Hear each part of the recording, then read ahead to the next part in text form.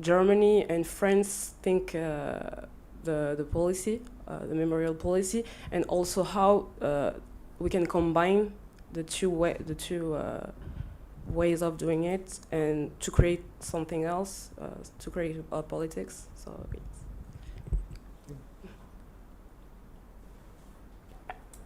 Hello, my name is Anna, and I study history, but so the same time, but not Jewish and things like that. And I discovered this story with Mr. Bona this year at the first semester, and we had to work on the wiki was made, and I found it really interesting, and yeah, I think it's great that everybody can meet here to discuss about it. Yeah.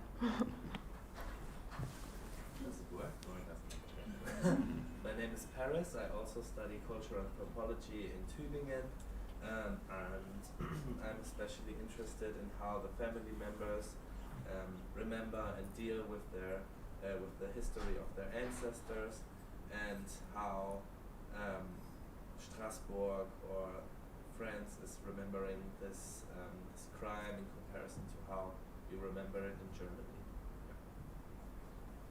Okay. I'm Shuai. I'm also study historical and cultural anthropology in Tübingen. I'm a master student. And first of all, I think it was the first time I heard of the story, and I think it's like really interesting and it worth to dig into. And second, I find it's fascinating is the narrative is how different between France and Germany. And even though they're so close, it's just one river, like 5 minutes walking distance or something like that. And the third part I would be interested in is in this seminar or after the seminar we could find something like a solution, or not a solution, but like a future, like what it could lead us to, like what kind of future we will see. My name is Benita.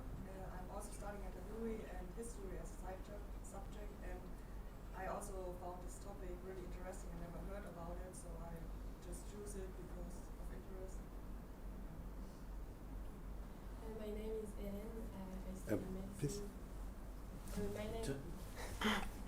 My name is Hélène. I study medicine here in Strasbourg, and I discovered the story just this year with Mr. Bona, and I just wanted to learn more about what's also the facts here in my university, because I think we should interest about. So it's my university. I just want to know, yeah, what's deal with.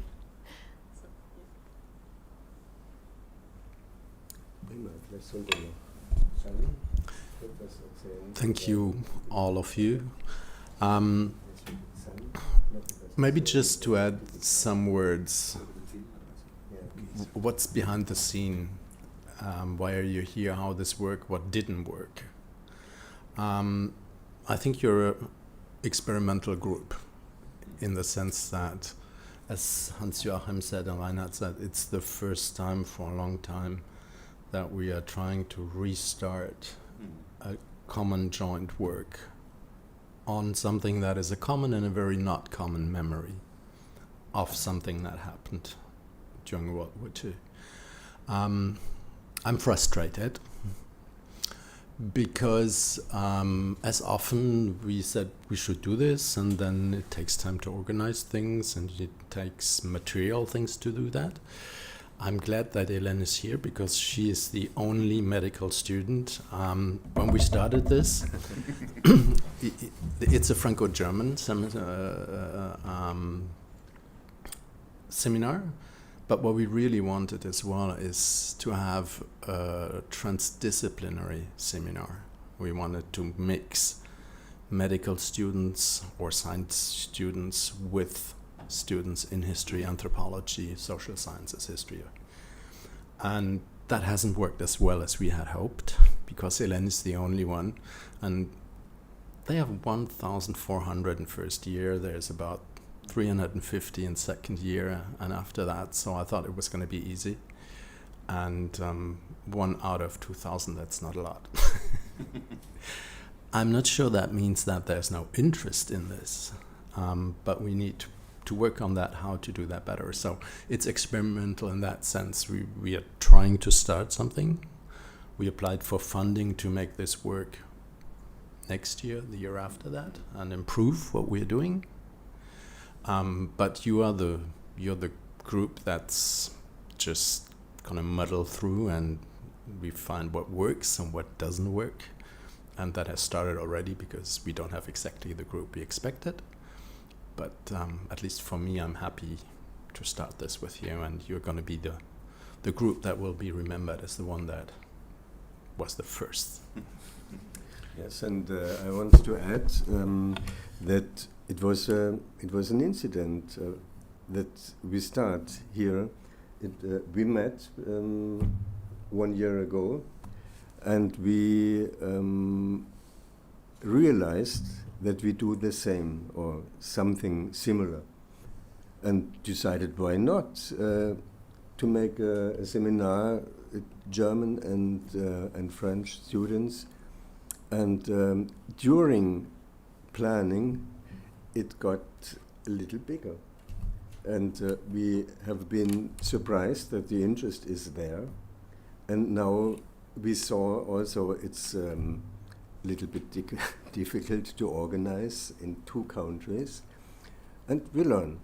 And so we start small, but interested. Thank you that you are interested.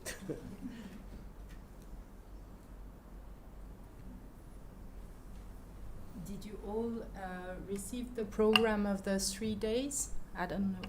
Yeah, it works. Yeah. Yes. Do you have any question about that, or can we move on? Maybe the work you want to do during these 3 days and the way we are thinking about working together during the seminar? Or do you have any question concerning the program and the organization of these three days? Maybe there's one thing to add, that Shuai is, yes, behind, and he's making a small film about our project. So, but it's an inner perspective. It's not people from outside, but it's an inner perspective. And maybe you want to add some words or so. So we thought it's a good idea for those who couldn't come to Strasbourg, but it's also good for us to have a kind of own remembering, and yeah. But there's nothing else to add. I'm just like hosting this small camera and walking around, so not too disturbed. And I maybe want to add that we in Tübingen students do like a protocol, like from each session, a different person, and sometimes I think we're gonna take some photos. So just if like person are not comfortable with this, then they cannot, for me, for example, like I'm doing it now. And there is also we will have a camera this morning just here, normally around 10 or 10:30, so that we can have a link and share it with the relatives who cannot be with us. So is it a problem for one of you, or no? Is it okay? Perfect. But I think we need to ask the families when they arrive Absolutely. to make sure that they're happy with that. That's an interesting start already, in the sense that students who come from medicine, students who come from anthropology, students who come from history are not going to ask in the same way the question, can we record this, can we photograph you, can we film this, etc. What do you need a permission to? Where does informed consent start? And how has that moved from medicine into all the cultural sciences? That's a whole thread of things. We're not going to discuss that today, but you're going to see there's a lot of things that will just kind of pop in, pop back out, and there's things that you can probably just note and say, that's something that'd be worthwhile to think about or to pursue at some point, etc. There's going to be a lot of places where you're just going to be disturbed or questioned about what's going on. But that's the richness of an intercultural and an interdisciplinary work like this, I think, part of it.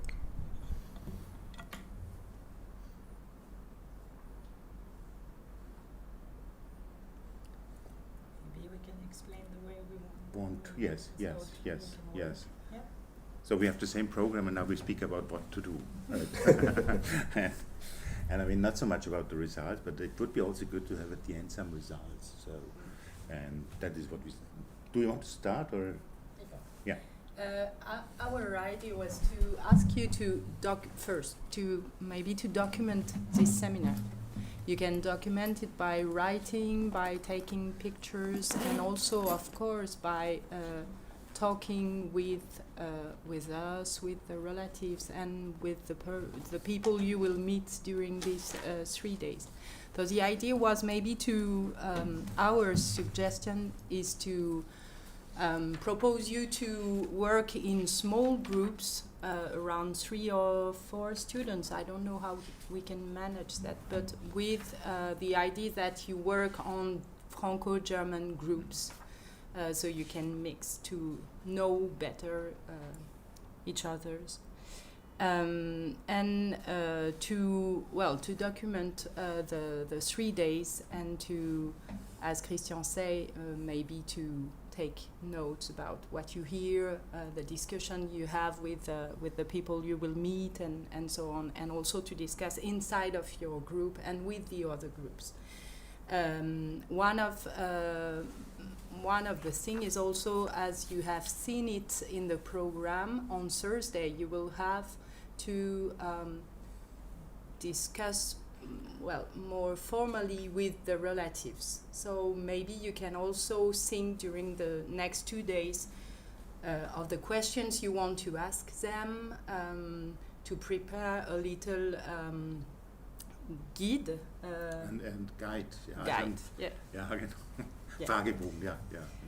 And don't hesitate to talk with us also, to ask your question, or to just to share your impressions, your point of view, and to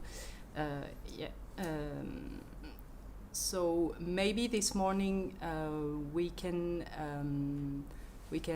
form the groups, and I don't know if you have other things to say or if I forgot anything. No. I mean, it's simply that we have the idea of mixed groups, right? So yes, and it's exactly 4 French and 8 German, and so we perhaps Lotterie, los. What do you prefer to make it by yourself, or shall we make was heißt los?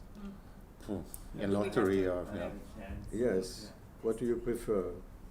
I think that we can form both. Yes. Clear that because we do not have the equipment for. We didn't yes, prepare that that paper.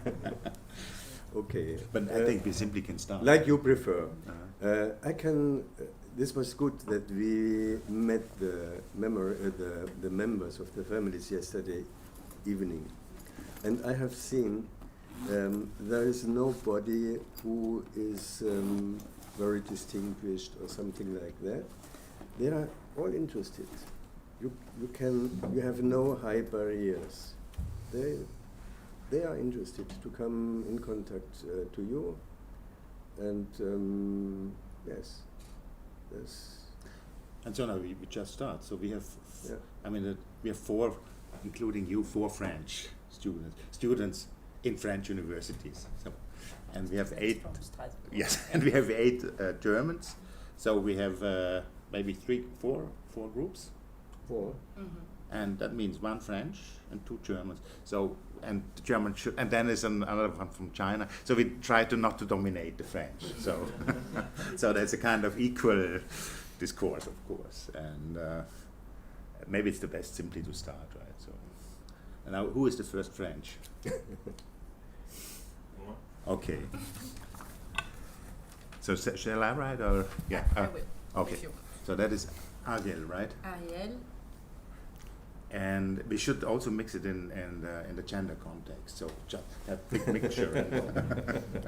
So now It's a we challenge. yeah. So now we need two Germans. Who raises his hands or her hand? Okay, Simon. Okay, you're Simon. Okay. And another person. Okay. And Teresa. Teresa. Okay.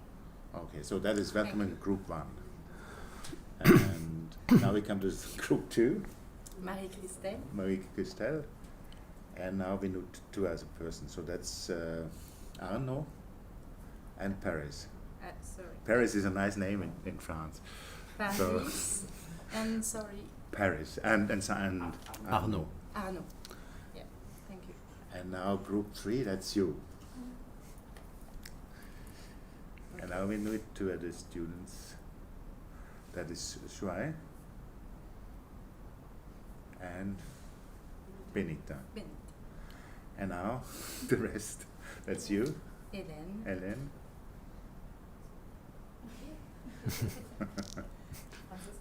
Francesca. Maren. How is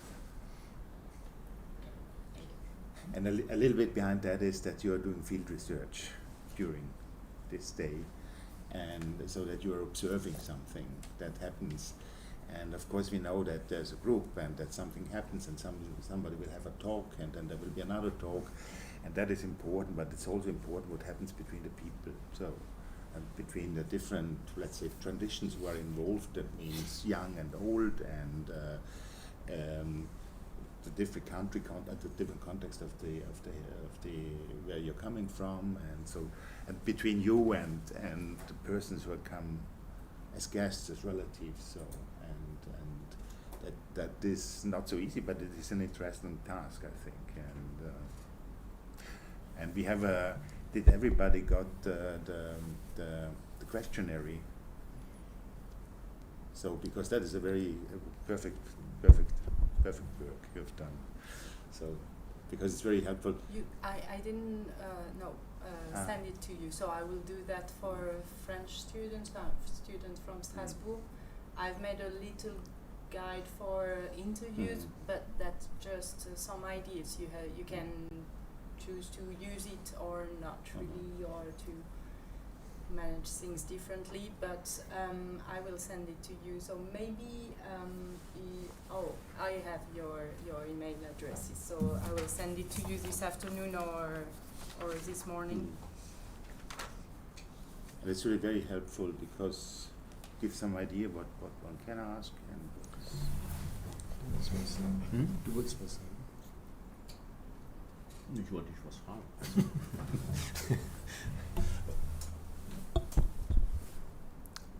I don't know who knows what about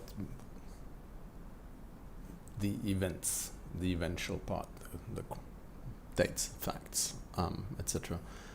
What have you seen in terms of iconic images of the history of the crime?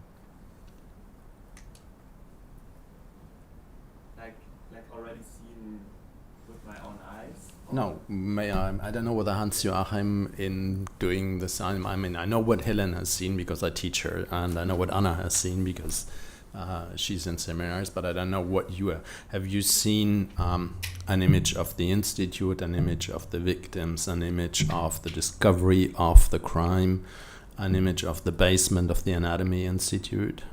You have seen all that. We've seen some pictures in this PowerPoint. Like the gas chamber, I remember. Mm-hmm. Like a bazaar thing, I think, in the institute.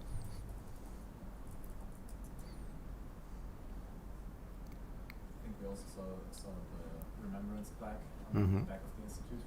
Mm-hmm.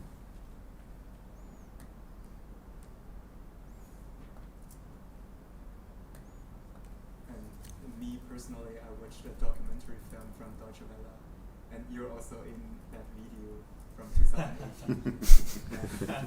When you're sitting in the like a lecture room and got interviewed. And you have been in the exhibition. There's in Tübingen now an exhibition about history of anatomy. I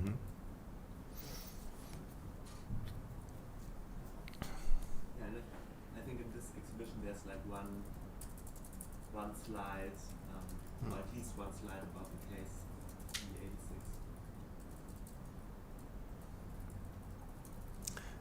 So I have a question for all of you for this afternoon. Anthropology is about observing what's going on, right? In terms of relations and humans. At the same time, memory culture is about doing things or not doing things. We're going to visit the Institute of Anatomy this afternoon. The boxes where the corpses were found in 1944, December 1944, are in the basement of that institute. Should we go and visit that? Or should we not go and visit that? Why do you think you want to see it? Why do you think it's reasonable to do that? And why do you think it might be problematic to do that?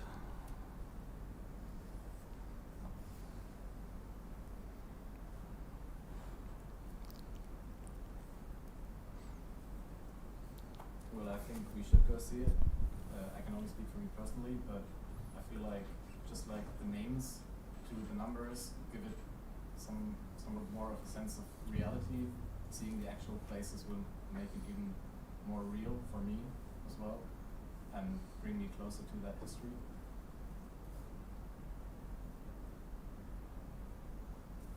Other voices?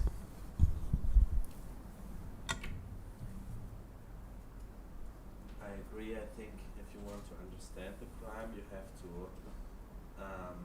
see all the places where it happened with your own eyes, just to also understand the how the actors interacted with their surroundings. And this is also a place where this crime happened, so I think it's important to go there to see it, to understand the whole picture.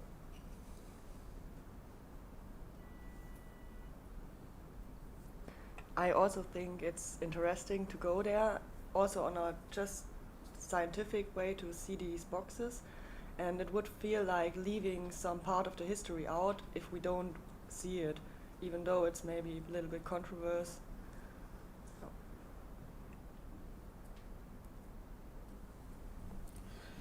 The French one. The other ones? Are we going with the families? Yes. Very good question. So maybe it's important to ask them if they want to come, because it can be traumatic. So we're starting a second line here. What are you interested in? Who is that going to happen with? Does that change anything?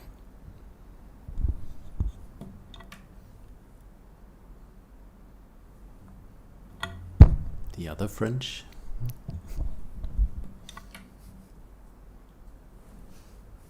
For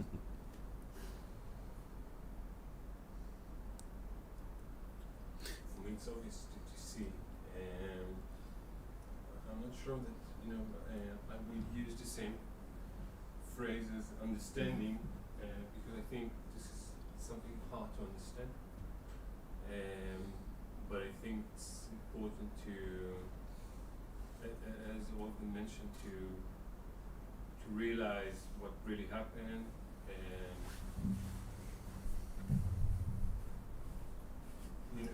because we use a lot of, in French you said histoire, and histoire, it's the same. It's the story of the history. So we have a lot of history regarding a lot of stories regarding the history, but I think it is important to see the real thing. And I agree that the question with the families is very important. And this is one of the things that I find most interesting, the way that they found out about there's part of the story. I think that this is very fascinating to understand how does it change the way that they thought about what happened before. And I do agree that this could be something very traumatic for the community, because we're familiar with a lot of horrible stuff that Nazis did. But I think that this kind of crime is even weirder than other crimes, even though all, unfortunately, all kind of crimes. So I can tell you how it was with me first time, because I'm also not a medicine and I'm a journalist, and so I know that there are different interests to go there or not to go there. When I was first time in the Anatomic Institute, it was not Christian, it was a professor in anatomy, and I asked him, why is here no sign which remembers the history? And he told me that he fears, fürchtet? Fürchtet? Yeah, He fears. He fears that is a kind of tourism will come, and they only want to see, wow, where is August Hirt and his place, and so on. This is okay. This is one interest we cannot deny. And but the other thing I was interested first was this crime is not a crime which was constructed in this place only to do this crime. It was normal science. You can see also in our days, it's quite a normal science, and in this normal science, this crime was included. And then you begin to ask why and how did it happen. And this is a special interest. In this moment, you feel emotion, but also you begin to think, what is here? What happens here? What happened here? This is my impression.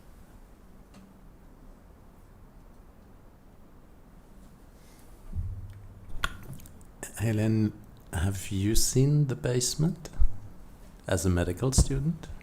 First year, sure, but... I think no. Like all of us, I think it's important to go there to realize that it happened just here.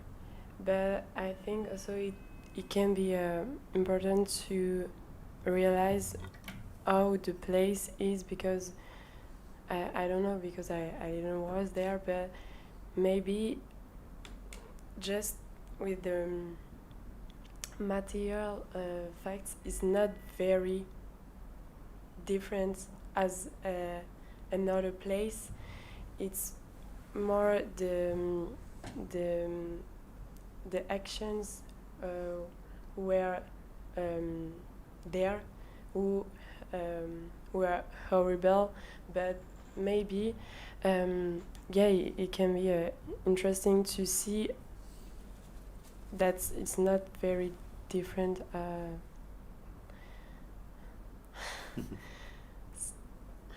When we, I don't know, but maybe when we see the place, it can just be a science place, and we had to get there to realize that a normal place can also be I don't know, horrible. Yeah, I think before answering this question, we have to ask ourselves a question that what kind of role, like who are we in this narrative? If we're just like a researcher, historian, anthropologist, of course we have to go there because we need a whole picture of this crime and to tell more people about this crime. Like we have to tell the history and narrate it. But if we are just the students and coming here because I have the interest in this kind of like tourism, this kind of this kind of curiosity-driven thing, I think is unnecessary to go down there. So I think this question we should ask ourselves. Yeah, what purpose you're here? But it's not just a theoretical situation. You will have to decide that by 3 o'clock this afternoon. So you can study it, you can study the way we decide, and at the same time we need to decide, because either you're going to go or you're not going to go, with the families, without the families, and you have to make a decision. And you have to argue with the professor of anatomy if you want to go, if he lets you go, which is not sure. Have you already asked the families? No. But they know the schedule. They know that. Yeah. Yes. They know that we are visiting the institute and it's open. But it's a way to work towards the way we're going to decide to do that. I think it's more difficult because when you go to, I've been to Auschwitz and Birkenau, you see all the horrible stuff. But with the families, this is something much more personal. This is not like, it could be this is your relative, this is the way that your relative was treated. So it's very, I guess for them it will be a very hard decision. It will be very hard to It's quite normal to go in this place. Also, if you go in Tübingen, where no crime happened in this basics of the institute, you have a barrier because it's dead. There are deaths.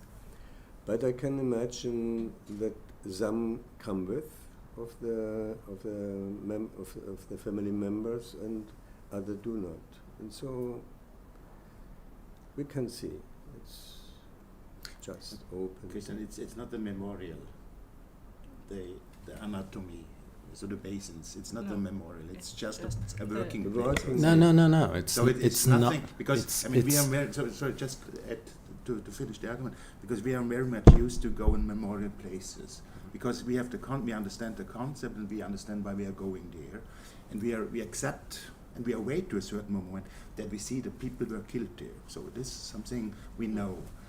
And so that's not astonishing for nobody. So I mean, it's horrible, but it's cool boys, cool girls go there.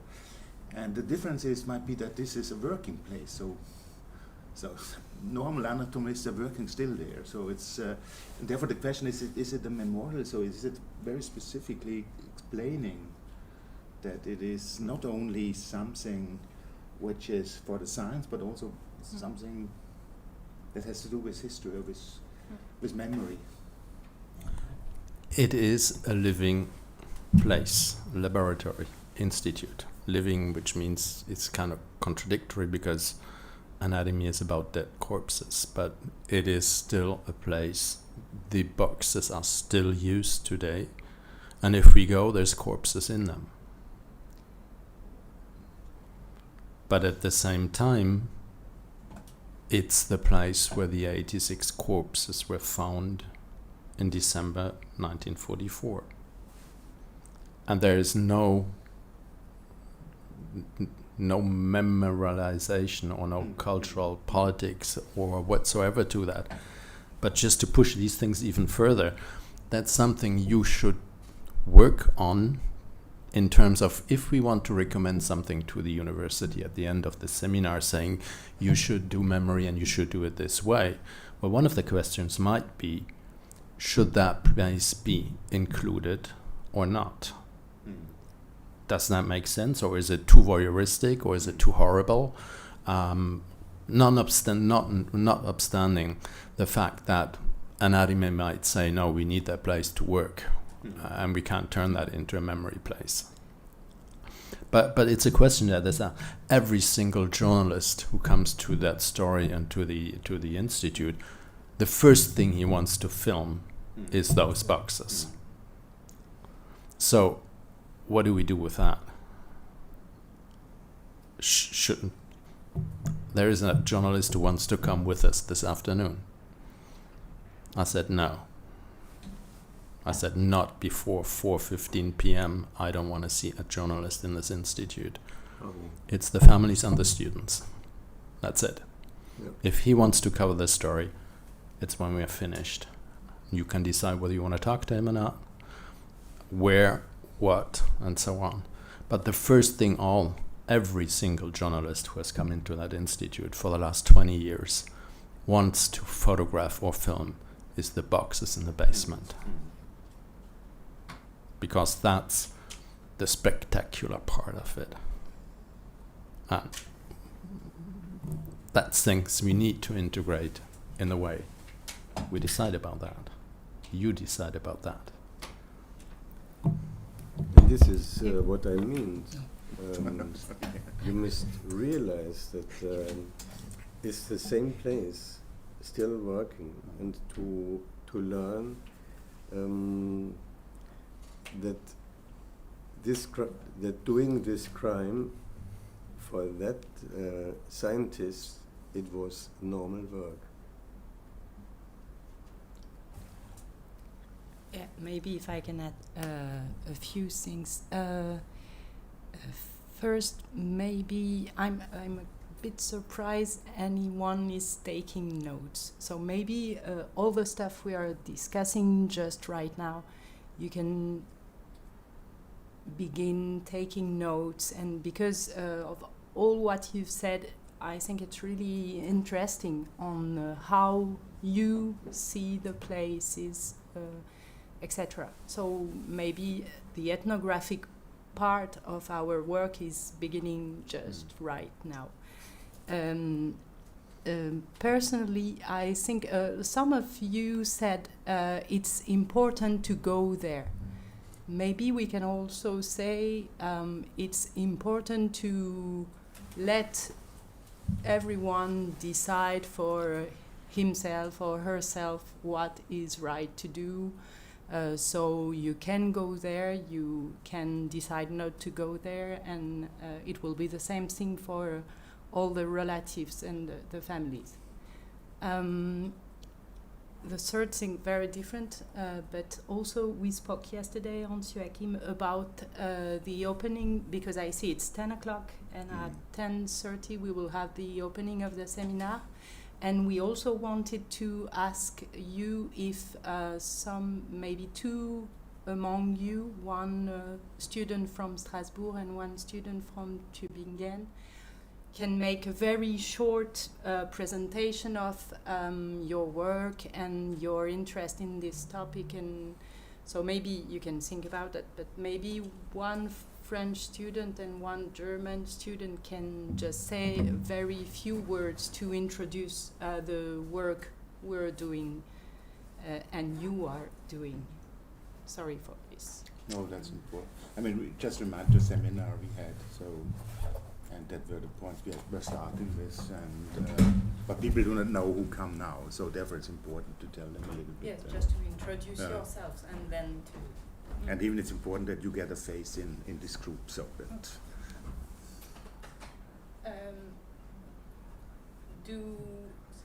Is there a Strasbourg student who will be okay to just say welcome and to just say 2 words about your work, and who can make that? Who is okay to do this part of the work?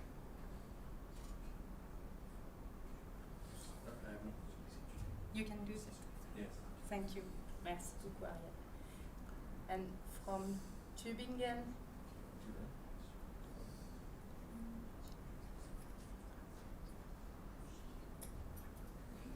Maybe you can be both, the both of you if you want, but just you have seen in the program, time is really, really short. Short, yeah. So if you want to go, the two of you, that's perfect. But just you can talk to each other and see, just to say hello and to say welcome and to say what did you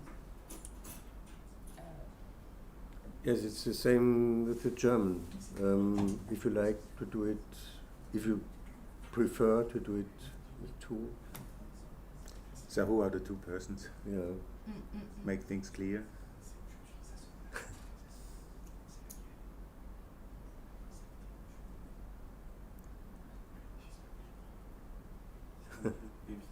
Yeah. maybe one man and one woman. Woman, yes, so yes, we have yeah, kind of. Yeah, we have. Oh well, that's not. I mean, it's not absolutely, very, it's not very difficult just to say that we are from a German institute interested in that we had a seminar, you know. Exactly. So, Just and that we are interested in from memory politics and collective memory, and that is an so that the story is very easy, and a little bit also why you are interested in to be here, because that is all, so we can go worldwide somewhere, but now we are here and therefore. I think we have 5 minutes for all students, something like that. Yes. Yeah, so just very to short. say we come from Strasbourg, we have worked on that, and we're interested in this topic, and well, that's. And now we are coming together, so both groups, and we are that. just the avant-garde of the human mankind, and because we are interested in find a kind of European memory, some stuff like that. So which is. It's also a little bit symbolic work for the family members to see, wow, interesting students. Okay. Now we have two students, but both of them are male. That is. No. You think it's a real problem? No, because of. No, no. No, but then the girls have to be afterwards, you know, powerful in the next situation, and okay, no, that's fine. That's so fine. Arno and. Simon. Okay, perfect. Thank you very much to you all. And also because it's a bit weird if you are seated in the room and you don't say nothing and nobody knows who you are, and so just to introduce. And I mean the situation is completely different because all of these people came here are interested in who you are. So it is. Normally one is not so much interested in the students, but here it is completely different. So that is no, it's really true, because so there's a kind of generation, language between generations, speaking between generations, and so. And I think it's also with the language that is not a problem, because we have that language situation also with the relatives. So some of them are from the States and from United Kingdom, and some are from France or from Israel and Swiss. Some are only speaking. The one is prefer to speak German, the other prefer to speak French. So it is a little bit Babylon. But as anthropologists, we are used. The age is from about 30 to 83. And so nobody should be shy, because English is the language where everybody is able to speak it in a bad way. So that is it's not. They're not so good in French. I think it's so in French is very complicated for Germans, because if we do not speak very good French, then so it's a little bit, and also vice versa. So, but English is easier. So and therefore we should use that chance. I still have a question, even though the expert is now busy, but it's back to the boxes. Do the people or students who work with them get informed about the crime and what happened there? So do they know, or do they just work? I don't know if you know it, or...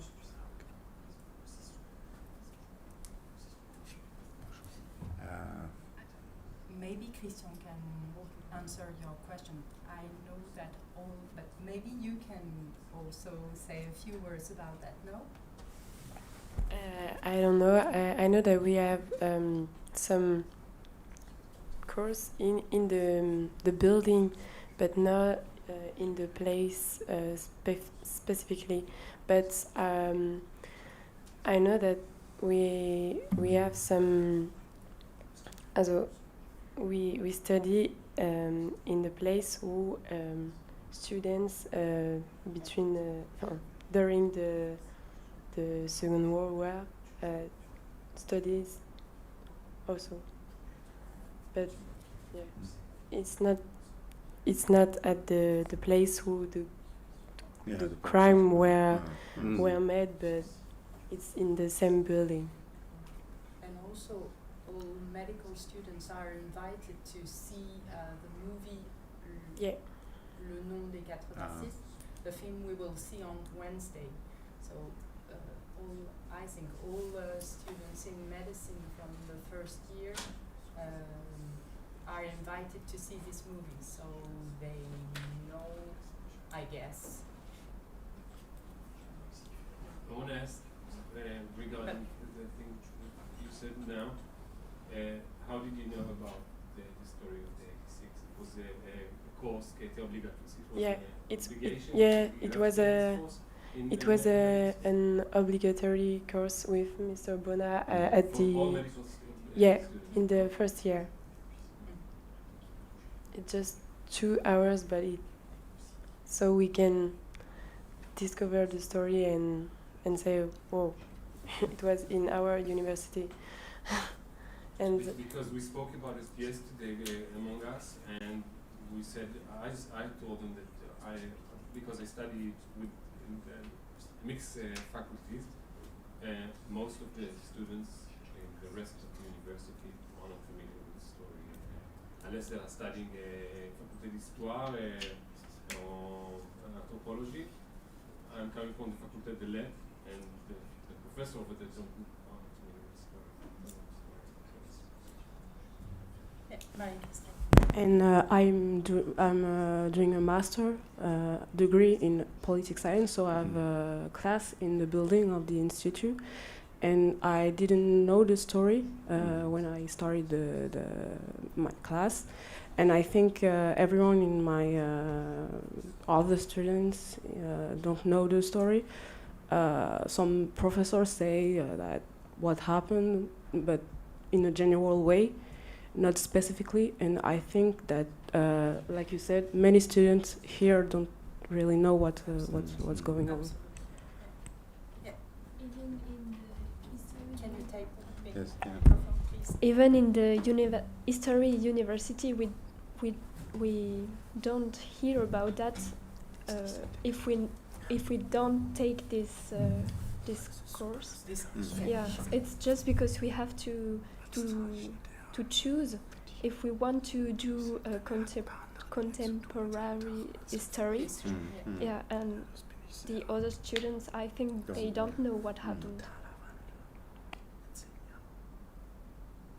I mean, so in Tübingen, so the German University of Strasbourg moved in '44 to Tübingen. So that was part of the University of Tübingen. So nobody knows that. So it is always a little bit a hidden story. So because we have the German university, but not the Strasbourg University in Tübingen. And French have it's vice versa. One do not speak so much about because it has to do with two memory politics also. Do we have to leave the room, or what do you think? No, we stay here, but we can have a break, maybe 5 minutes. And if we someone stay here, or no? We can go there, right? We can go. I think there and just introduce. Yeah. Another question. So there are no specific signs to explain in front of the room what happened there? Because like in Tübingen, I just know it from Germany, there are like in the city different signs who explain the history, what happened there at this time. And I was wondering if there's any sign or something that explains in front of this room. So you enter it and just read the story and know what happened there. So is there anything or nothing? My plan for this afternoon is we're going to meet at the Place de l'Hôpital, which is the hospital square, which is kind of the entrance to the municipal hospital, the university hospital, and the university site. And we walk from there to the institute. You'll walk by the signs that exist, and you should note what exists, what doesn't, where is it, what will happen to us to enter into the building, etc.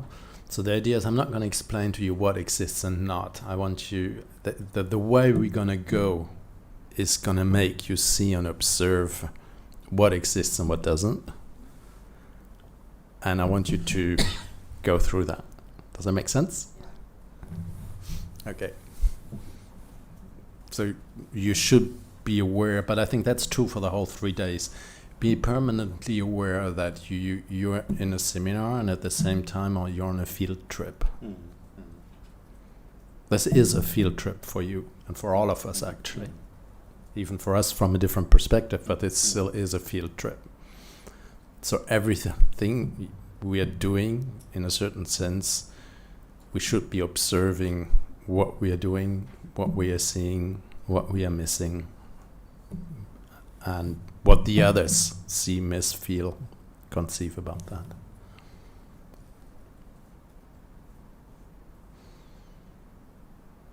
So the answer is pending for that one.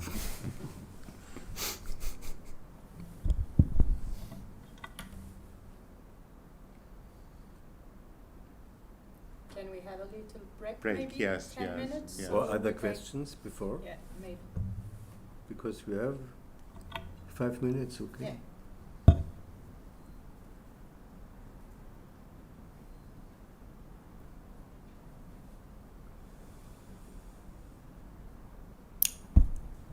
If you don't have any questions, the person who's sitting up in the back is Jean Sibillard. He's the Dean of the Medical Faculty. Okay. Nice to have you here. Pleasure, yeah. Thanks for being with us, Jean. So if we take a break, you can as well walk up to Jean and ask him anything if you're interested, if you want something to know about the thing we just started. Common. No. We can do it common. Yeah. No. If you agree.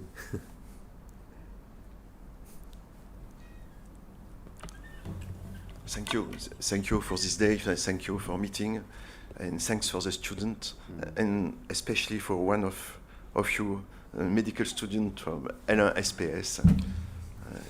Very exceptional for you to be here. Yes. Thanks for the work. So there's now in Tübingen at our university. Yeah, there is. No? Yeah. There is an exhibition at our university in Tübingen about the role of the anatomy in the 20th century, including the crimes. And that was made together from historians and medicine students. And that was a huge experience for both, because medicine students are not so much used to work as long in a project like that.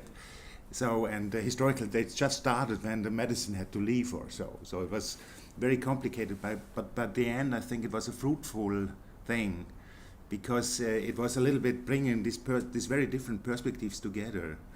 And then at the end I was also the dean of our faculty of medicine, and he was also somehow, because even the understanding of medicine is different, because you're always looking into progress of science, and you're not so much looking back as we do. And then he had, I think that was the first time when he really understood that in his faculty there happened very strong things or so. And that, I think it was, I know him personally, so he was very astonished about that, and it was really an experience for him that that past is important for understanding the role of medicine in the future. So that was the point. So we have the same project with Christian in SPS and in the 6 years of the medical study. And to do that and to explain the future with the past, yes. So that's really great, yes. It's a nice project, Yeah, I would be interested. Use the microphone. Yeah, I use the microphone. Yeah. Thank you. I would be interested in how it was for you to learn about the past. Maybe like we've been just talking about the boxes. where the 86 persons were in I would be interested if you want to say some words about that.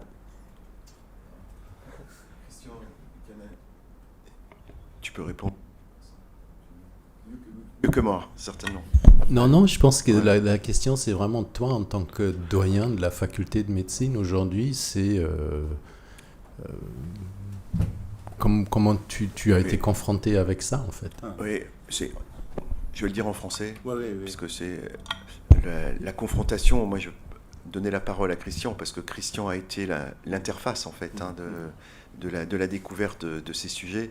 Et si on a un département d'histoire de la médecine très important à Strasbourg, c'est grâce à Christian et à l'équipe de Christian. Donc la confrontation, elle a été faite comme ça. Et alors ça, c'est la confrontation académique de l'université.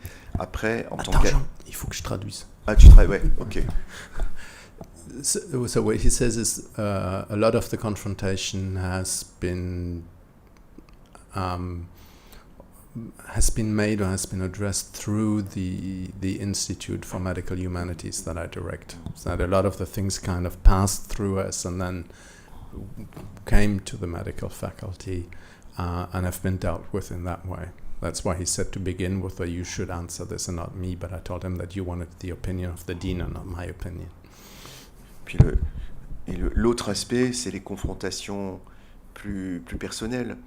Comme étudiant, mais ça c'est une vieille histoire, parce que moi j'ai été moniteur d'anatomie à l'Institut d'anatomie, donc cette histoire elle était connue déjà, et connue des gens de l'anatomie, mais pas des gens de l'académie et de l'université. Donc il y a eu ce très grand travail sur la Universität qui a été fait par le comité international, qui était très important, devoir de mémoire, puisque c'était comme ça. Et évidemment, le dernier aspect, c'était la confrontation. Traduction. Tu fais... Mais, So he says, at a more personal level, I studied medicine in Strasbourg. I was teaching assistant in anatomy. And at the time when I was teaching assistant in anatomy, the story was known. Inside. Oh. But it remained an inside story to people who were working in the place. And he said that's what has changed with the commission since 2016, is the fact that this became much more open, much more public. The story existed for people who were working in the place, who were directly, professionally, but it didn't go outside. When it's allowed to say it between, one interesting fact is that I have seen in Strasbourg that medicine says this was the University. We live in the walls of the University, but what happened in it, it's not necessary for us to remain, because the fact is the perpetrators were the German Nazis. And I, working in Tübingen, see something the same, because the medicine in Tübingen says, because when I say August Hirt was also in Tübingen for one semester, and Mr. Fleischhacker, who was the selectee, was from Tübingen. They say, okay, this was Reichsuniversity, not the University of Tübingen. And so it was a crime between.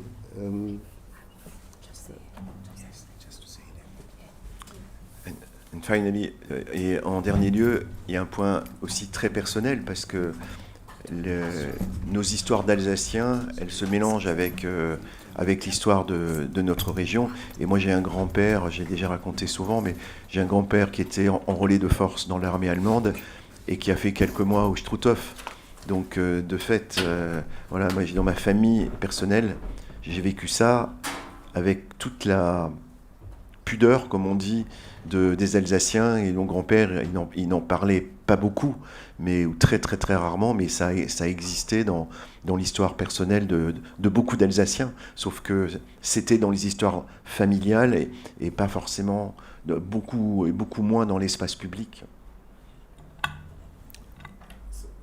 What Jean says as well is that there's a third level, so there's the public level, there's the professional student level, and the family level. He says, as in many Alsatian families, I have a grandfather who during that period was engaged in the German Wehrmacht by force as an ex-occupied territory, and he got arrested and was interned in Schirmeck in the concentration camp, work camp there.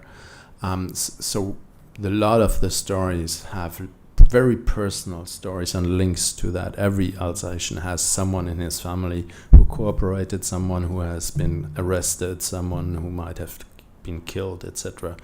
So there's always these different levels of memory that kind of intermingle. And at the same time, he says, my grandfather never talked about that because it's things that people did not talk about. And that's something we can come back, I guess, as well, maybe with Jean in terms of memory and the fact that directly involved persons do not necessarily talk about what happened just like that. And I mean, that's not a new phenomenon, but it's interesting to think and to analyze or to integrate that into the way we think about memory, politics, and everything that happened since 1945. Je pense que ce qu'Hans-Joachim disait, c'est le positionnement de la faculté pendant tout un temps de dire que les murs sont innocents, c'est pas notre histoire. Il dit c'est intéressant, c'est pas un phénomène alsacien parce qu'à Tübingen en fait la réaction c'est exactement la même parce que l'université de Strasbourg fonctionne pendant 6 mois à Tübingen en tant que Reichsuniversität et il dit il y a aucune mémoire, c'est-à-dire il y a une forme de distanciation en fait. Je sais pas si tu veux commenter ça.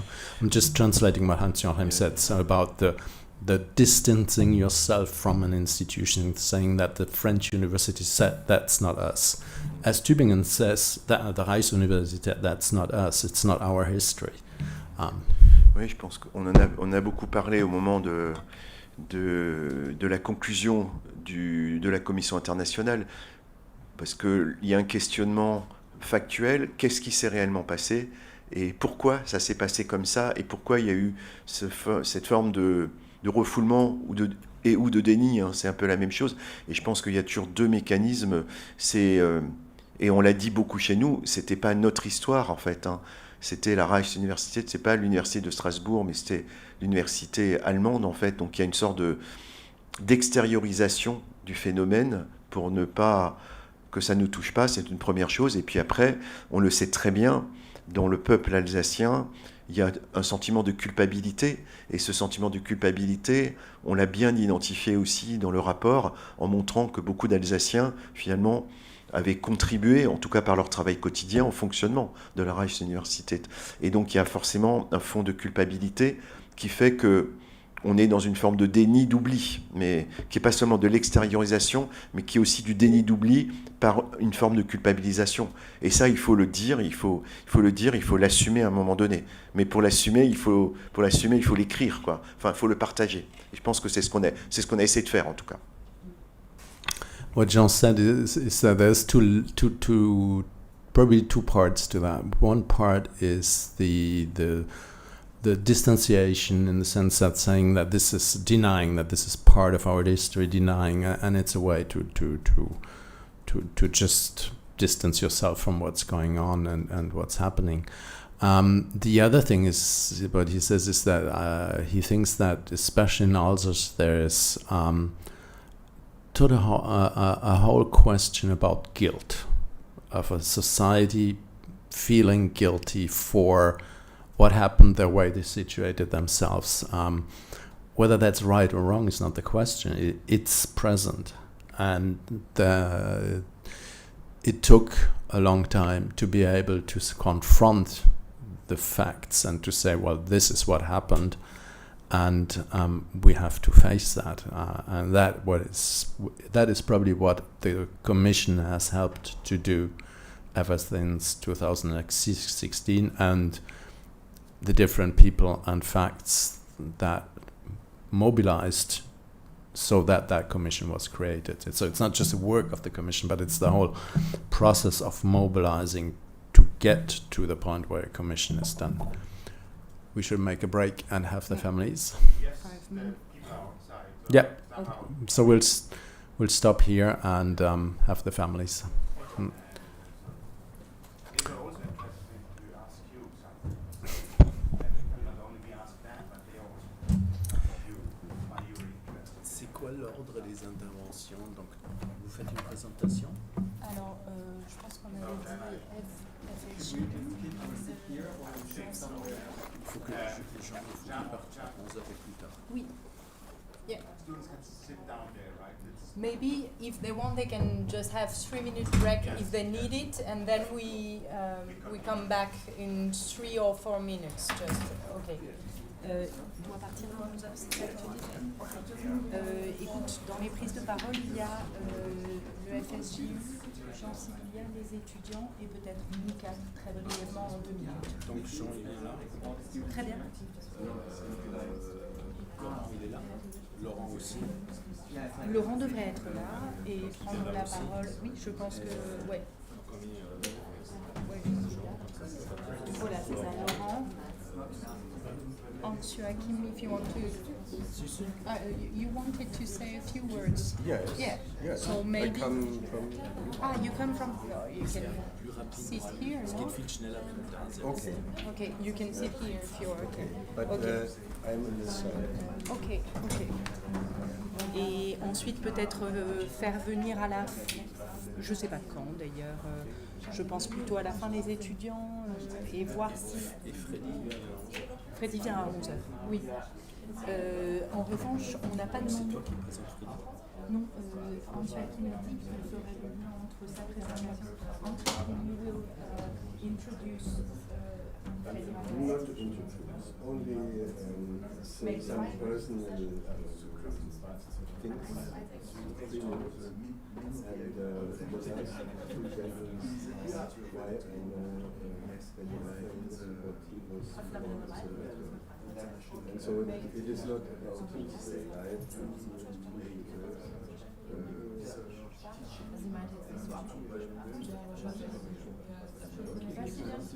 Ouais, c'est vrai, c'est vrai. Ouais. Je sais pas, j'avais l'impression que si.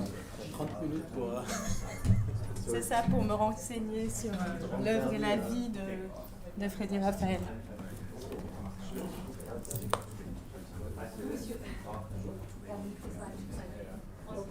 J'étais aussi là l'année dernière pour la publication du rapport. Et là, je peux rester jusqu'à la fin de l'intervention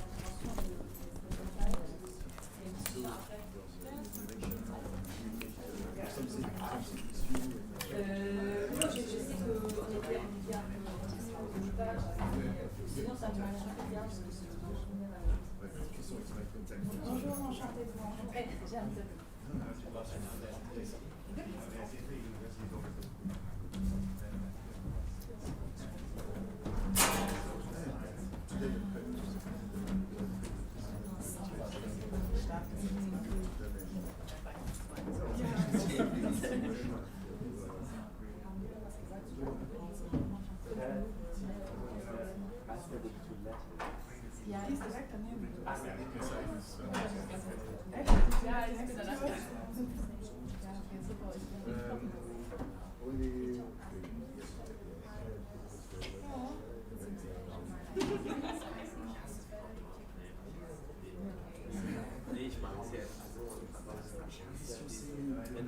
Hallo, ich habe Ihre Sachen kommentiert und habe Sie jetzt geguckt.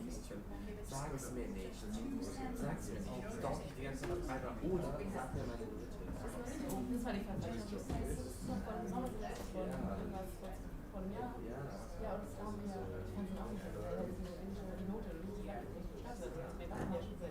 Gestanden haben ja bestimmt. jetzt nicht, aber Ich weiß nicht, Adina aus West, der haben auch Kollegen, der irgendwas mit so einem Seminar. Und die meinten, so, das muss man ja irgendwie in den ersten 2 Jahren eigentlich machen. Und wenn wir das nächstes Jahr, also nächstes Semester Erasmus machen, wenn wir jetzt nicht wissen, ob die das verstanden haben. Und wenn wir es jetzt nicht verstanden haben, haben sie ja vielleicht keine Chance, das mit uns zu machen, weil sie ja so lange brauchen, bis wir hier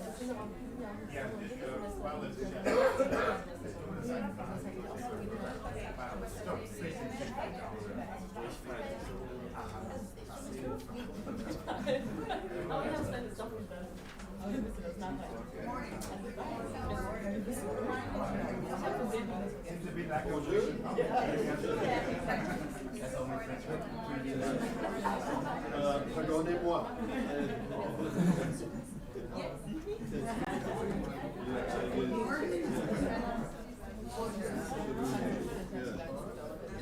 ja, ich finde es auch ein bisschen lächerlich, aber das war was ist das denn gewesen? Keine Politiker sind da und dann halt 3 Quellenaufgaben. Aber es gibt bis zum 15. August.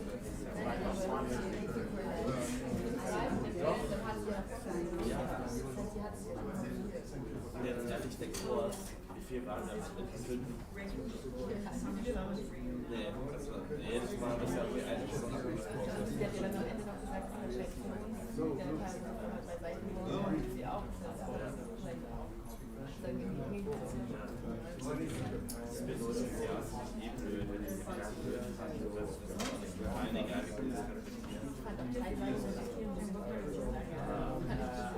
ich weiß meine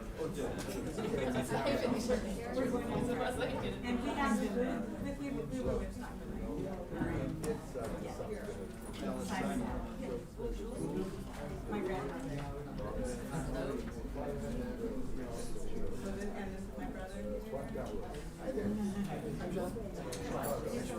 From Tübingen and attended your meeting in Strasbourg. John. I'm Joanne.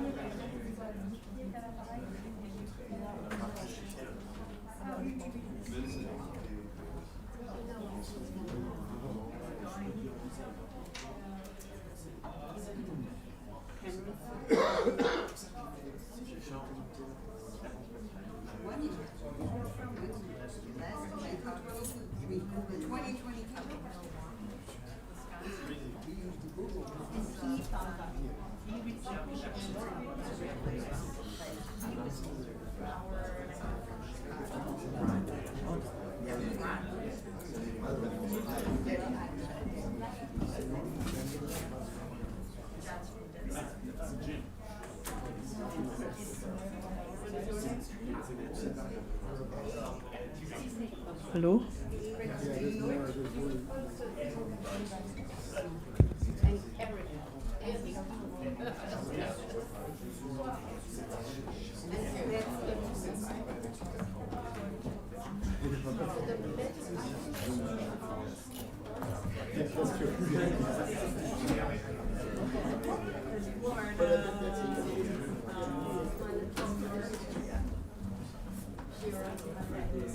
Ah, wunderbar. It was a nice meeting.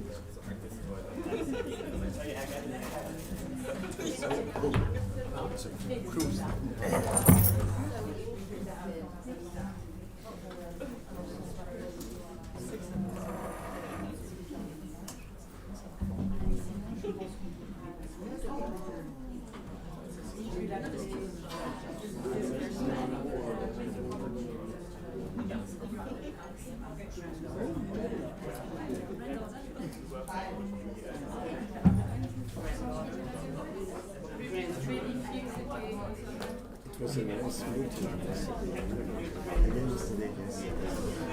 Was it first together. It's very open to combine students with accueil. Because the students are coming from anthropology, sciences po, medicine, combination, a nice original combination.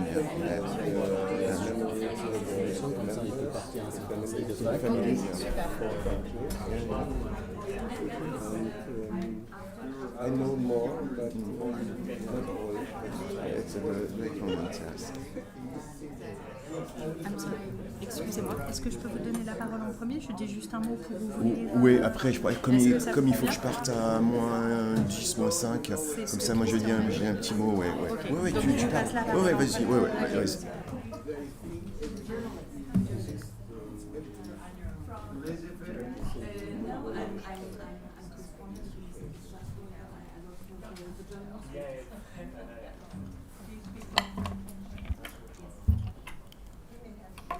Maybe we will begin. Thank you very much to be. I'm really, really glad to see all of you here. So we can open the morning saying welcome to everybody. I'm Jeanne Teboul, and I'm from the team of the organizers with Hans-Joachim Lang, Reinhard Joller, and Christian Bonnat.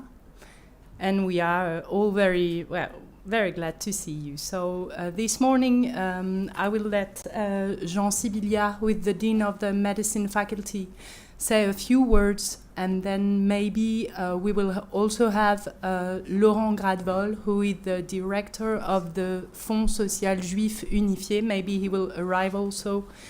And then Hans-Joachim will say a few words, and we will have a conference of Freddy Raphael at 11 o'clock. So welcome to everyone. Thank you. Welcome the family, welcome the student, and welcome my friends, especially Christian Bonnat.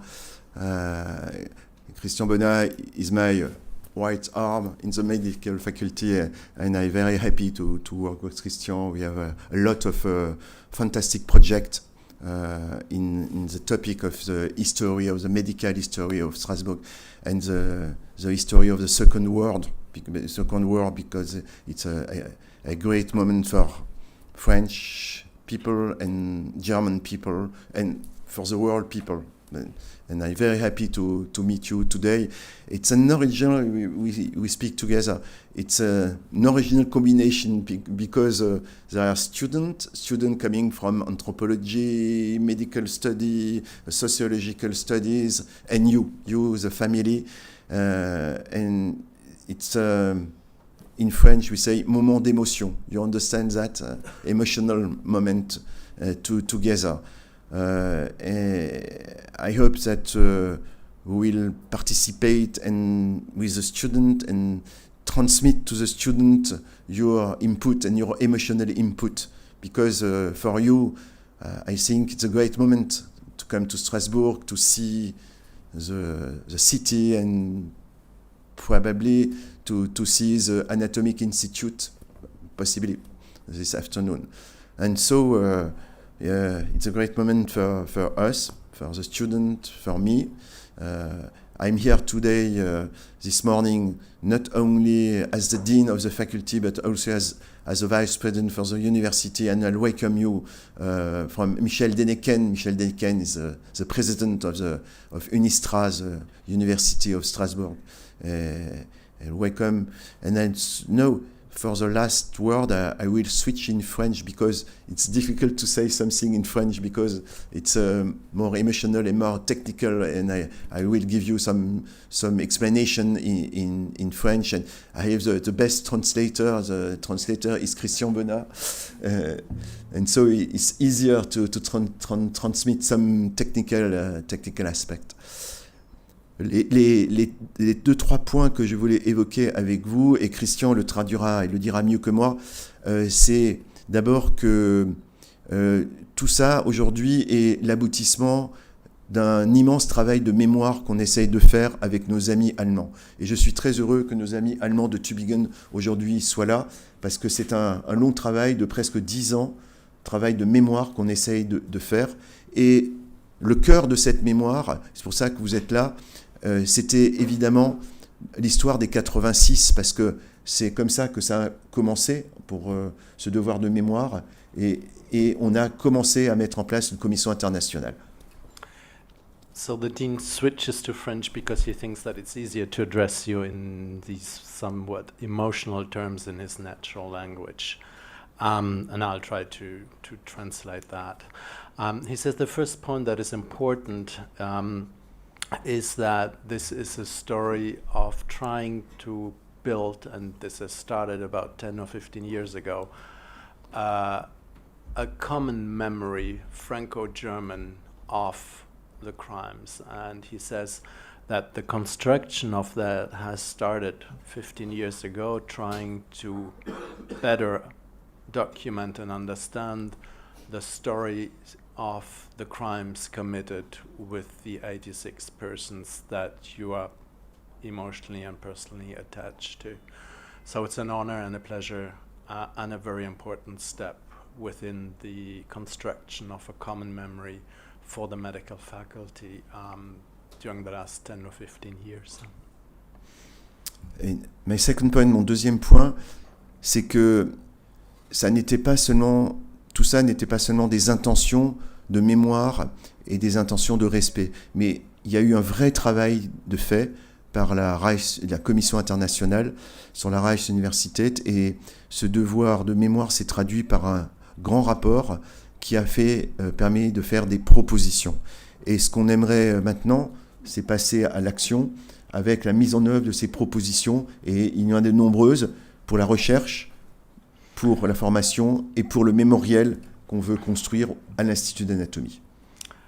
The second point that the dean wants to stress is the fact that it's not only an intention to memorize and to have a memory of the crimes committed, but it was really important that first there was historical work that was done, and that has been immensely done during the time of the Historical Commission for the last 6 years, to be able to establish facts that will enable a memory to be effective and to be constructed from there.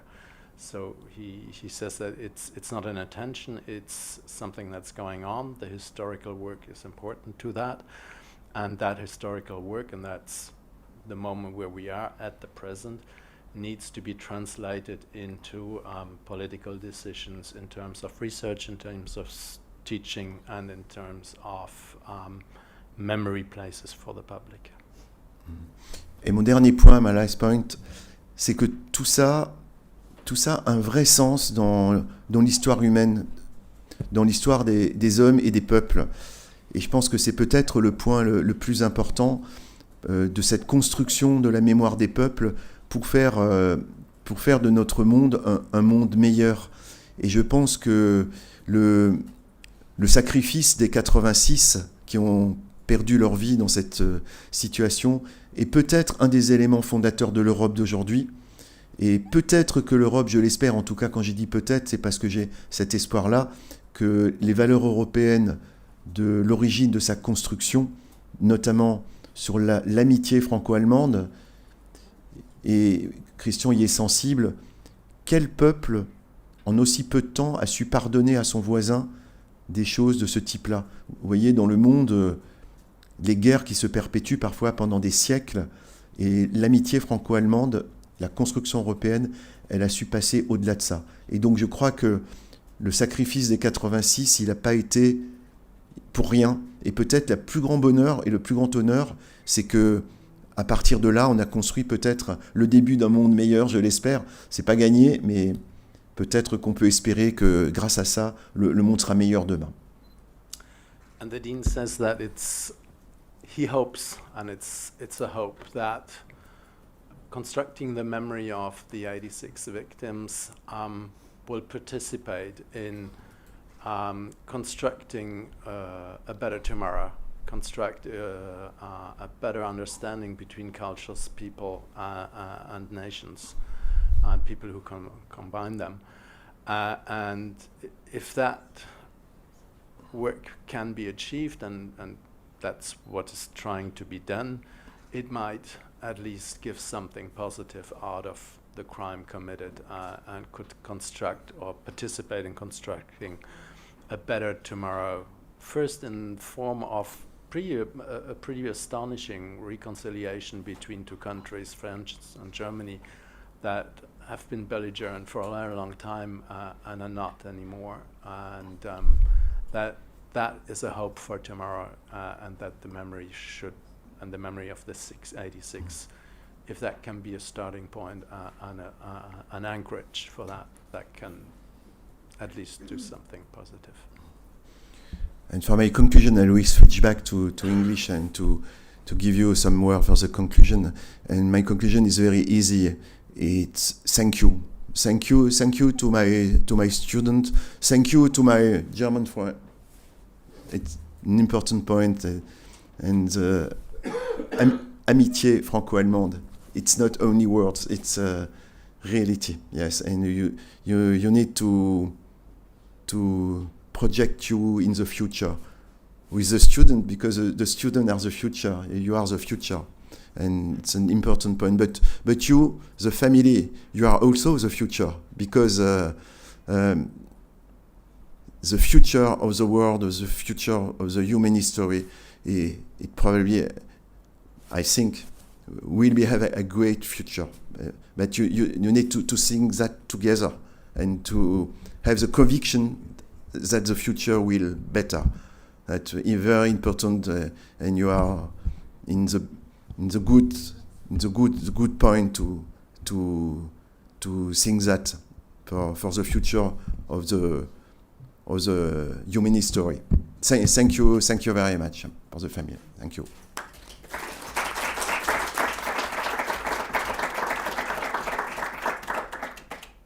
Thank you very much for these words. You spoke about the students, so we had yesterday a moment with the families and the relatives of the 86 victims, and we also have a moment today with the 12 students from the University of Tübingen and the University of Strasbourg. If they agree, we will be very happy to hear them just a few minutes, just to explain to the families the work, the great work you've done. So I'm sorry. And Laurent Gradevol is writing me from the Fonds Social Juif Unifié saying that he's really sorry, he welcomes you, but he won't be able to make it and to be with us this morning. You will see him on Thursday, but, well, can you say a few words? Yeah, you can come. Thank you very much. Merci.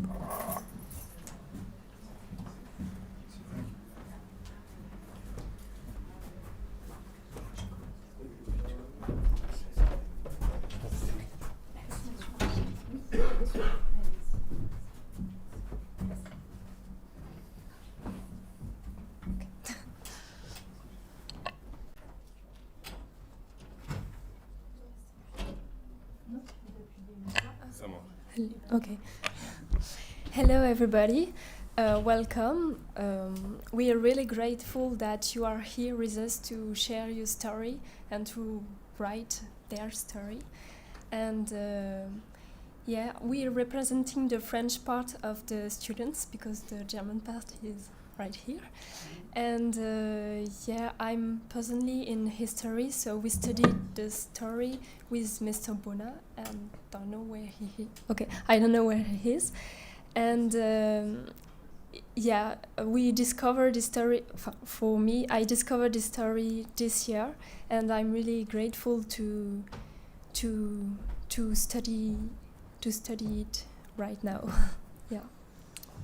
Bonjour, bienvenue. On dit ça en français, we said it in French, and I use it because I'm from Israel.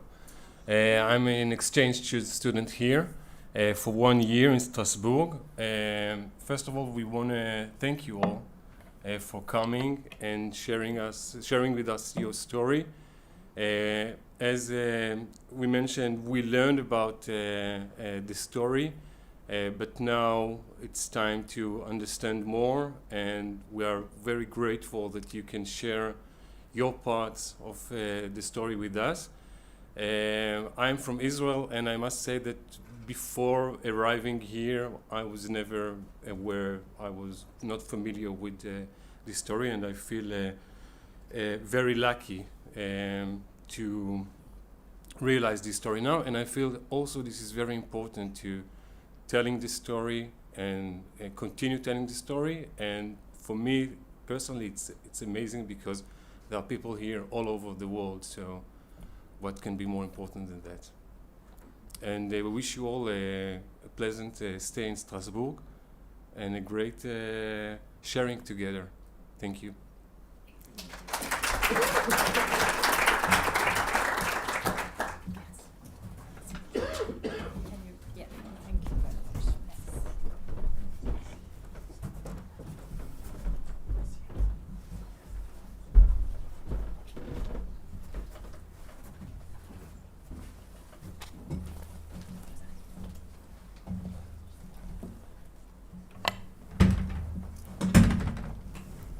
Yes, we'd also like to say hello to everyone and welcome in the name of all the Tübingen students.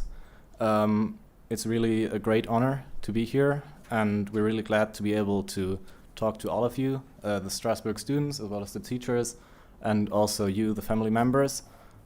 It's a great opportunity, and we're really glad about that. And maybe for our background, we have started our seminar by learning more about the historic background of the story of the 86, and we're really glad that we had the honor to be taught by Mr. Lang, who's done a great amount of historic work. And we, after learning about the history, we then work towards more of our specific interests in coming here. Yeah, for example, with we're interested in how the concept of the collective memory can be held up in this specific phase we are in with the communicative memory is getting less, and how can we make a cultural memory out of it. And in that case, I can say personally that I'm very happy to get you introduced to a few of some relatives of the 86 victims. And yeah, I would say that specific, like having grown up in Germany, having kind of a German identity, whatever that will mean. Yeah, that's just, yeah, I don't have any more words for the moment, but thanks that you're here.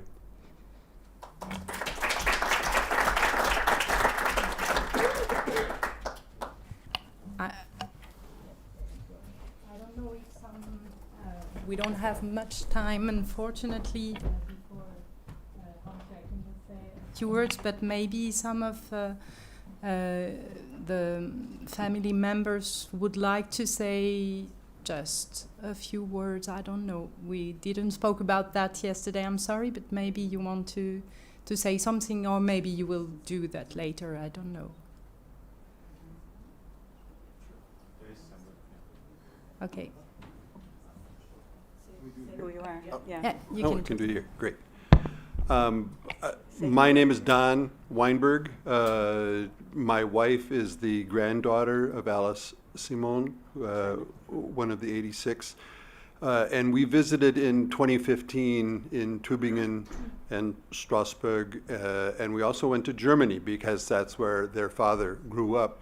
And in Germany, there is a memorial to the murdered Jews of Europe. And a quote that we saw on the wall there was, the name of the woman? Primo Levi. Primo Levi said, "It happened, therefore it can happen again." That is the essence of what we want to say.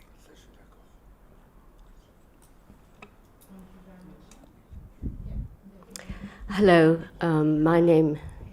Oh. Go ahead. No, go on. Sorry. Yeah. My name is Erica Cates. I live in the United States. My mother was Sylvia Driesen. Kurt Driesen was her brother. He's one of the 86. I'm a sociologist.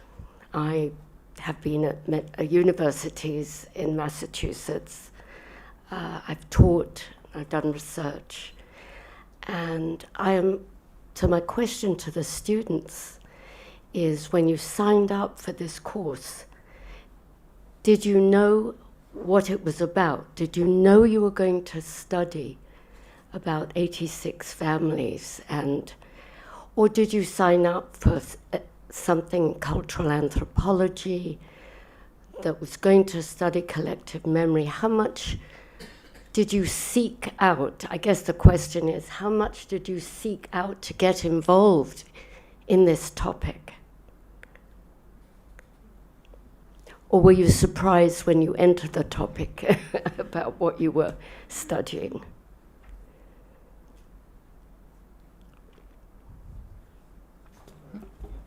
I would answer. For me, I just read like the little text they write about this course. I'm sorry. Go talk into that. Yeah. Just read a little text, and I never heard about it, and I was really interested also because of the fact that we never heard about it and the connection between France and Germany. And so I was like, okay, I just visit this course and see what happened, and everything I learned about it was in the time there. So I didn't knew anything about it before. Thank you. Debbie wanted to say a few words. Hello? Can you hear? Hello? Okay, all right. My name is Debbie Simon Konkel. I am the oldest granddaughter of Alice Simon, her son Carl. There are 5 of us here, all 5 of his children and our spouses. And I want you to know, first of all, how grateful we are to Hans Joachim Lahn, to all of you. And I also want you to know that nothing would make our Father happier than knowing that we are here and that we are working towards forgiveness, coming together, moving forward, but not forgetting.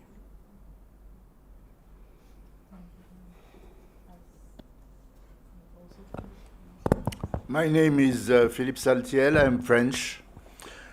And I would have a little reaction about the dean saying that this is the start of a new age, because I fully agree with our friend here that unfortunately things like that can still happen. And I prefer to be realistic and think that the most important thing is school and education. This is the basis, because many people whom we meet do not know about what happens. They don't care. They even don't have time to care about it, because they are looking for their jobs, their families. And as you know, we are living in a period where we have, I would be very polite, strange people managing some countries in the world. And these people are doing exactly what has happened during the Second World War. So what we are doing today is one little piece of what must be done, without forgetting that many other things are important, and that we must be positive, hope that things will improve, but still be realistic. For instance, we have an Israeli friend here. He knows exactly how long the fight have been developing in Israel, and unfortunately how long it may still continue. This is what I wanted to say. Thank you very much. Yeah, that was my idea. Frédéric Naudufour is here. Do you want to say a few words, Frédéric? Or she? Hello everybody. I am Frédéric. I arrived a little bit late. Sorry for that. I just want to say hello to you and to express how I feel, because it's a big emotion for me to see you, all of you here. And I helped Hans-Joachim to organize this event, and I think we will have more time to discuss with each other, and I really appreciated what the students said and what you said. I think we are on a good way to make something important. So thank you very much.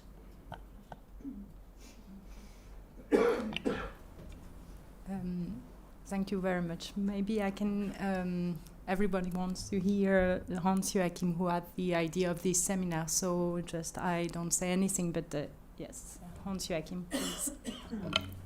I'm sorry that I read it, because my English is not very good. I must read it.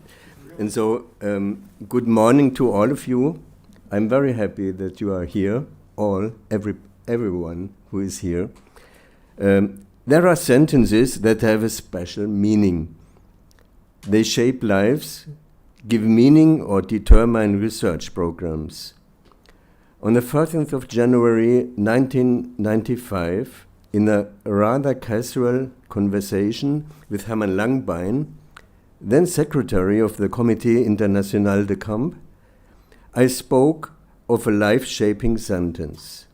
As a prisoner in Auschwitz almost 80 years ago to the day, Langbein had witnessed the selection of Jews to be taken to the Natzweiler concentration camp and murdered there. These are the 86 men and women we commemorate here in a special way.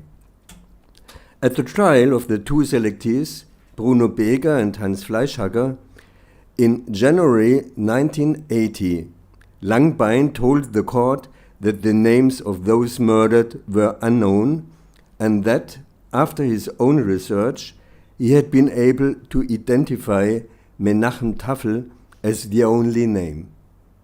Although he gave me little hope for a better result when I asked him on this 14th of January 1995, I informed him of my decision to clarify the fate of the lives of these 86 people as far as possible. That sentence, without my knowing in it at that time, had a massive impact on my life. And I suspect that you, the relatives, have felt similarly. Take, for example, the two descendants of the Berlin Jew, Alice Simon. 5 of those grandchildren are here today. Alice Simon's son Karl, who emigrated to Britain in 1936 and found a new home in the United States in 1939, did not know the exact fate of his mother, who remained in Berlin for decades.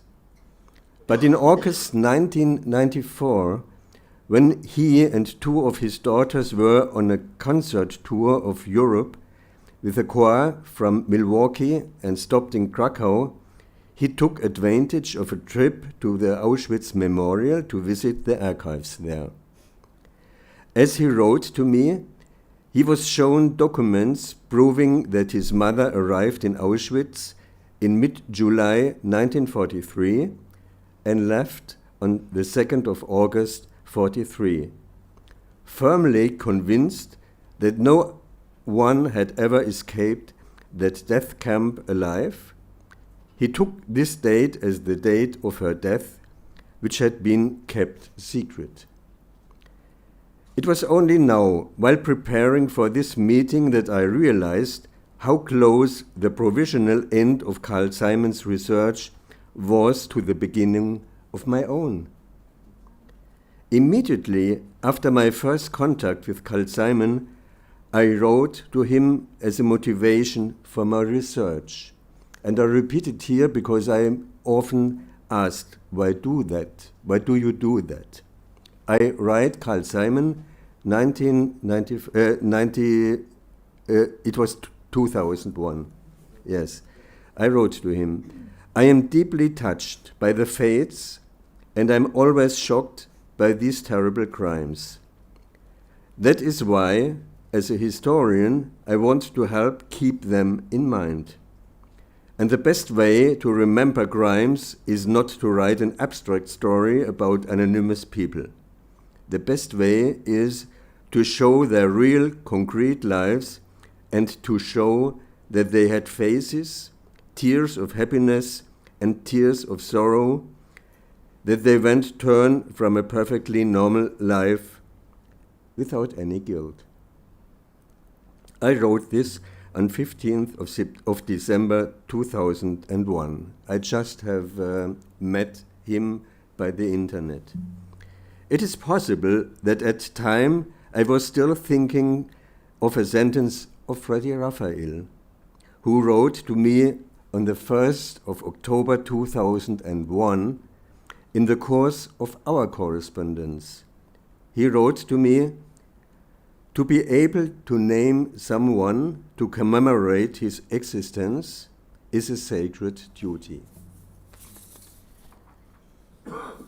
It is in this spirit that I welcome you all here in this circle, dear members of the families of the 86, to whom I feel very close, and also you, Mr. Raphael, who has often supported my work. And you, dear colleagues and co-organizers, who have now taken up this theme in many ways. And you, dear students, who are not only symbolically committed to the future of a meaningful remembrance.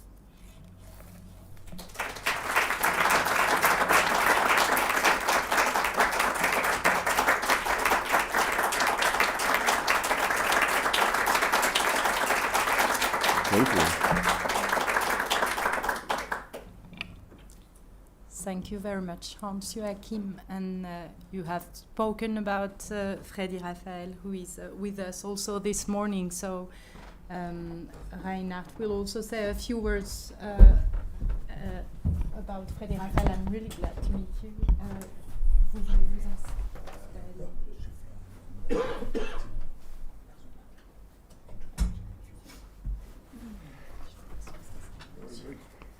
So, einen schönen guten Morgen, nice morning.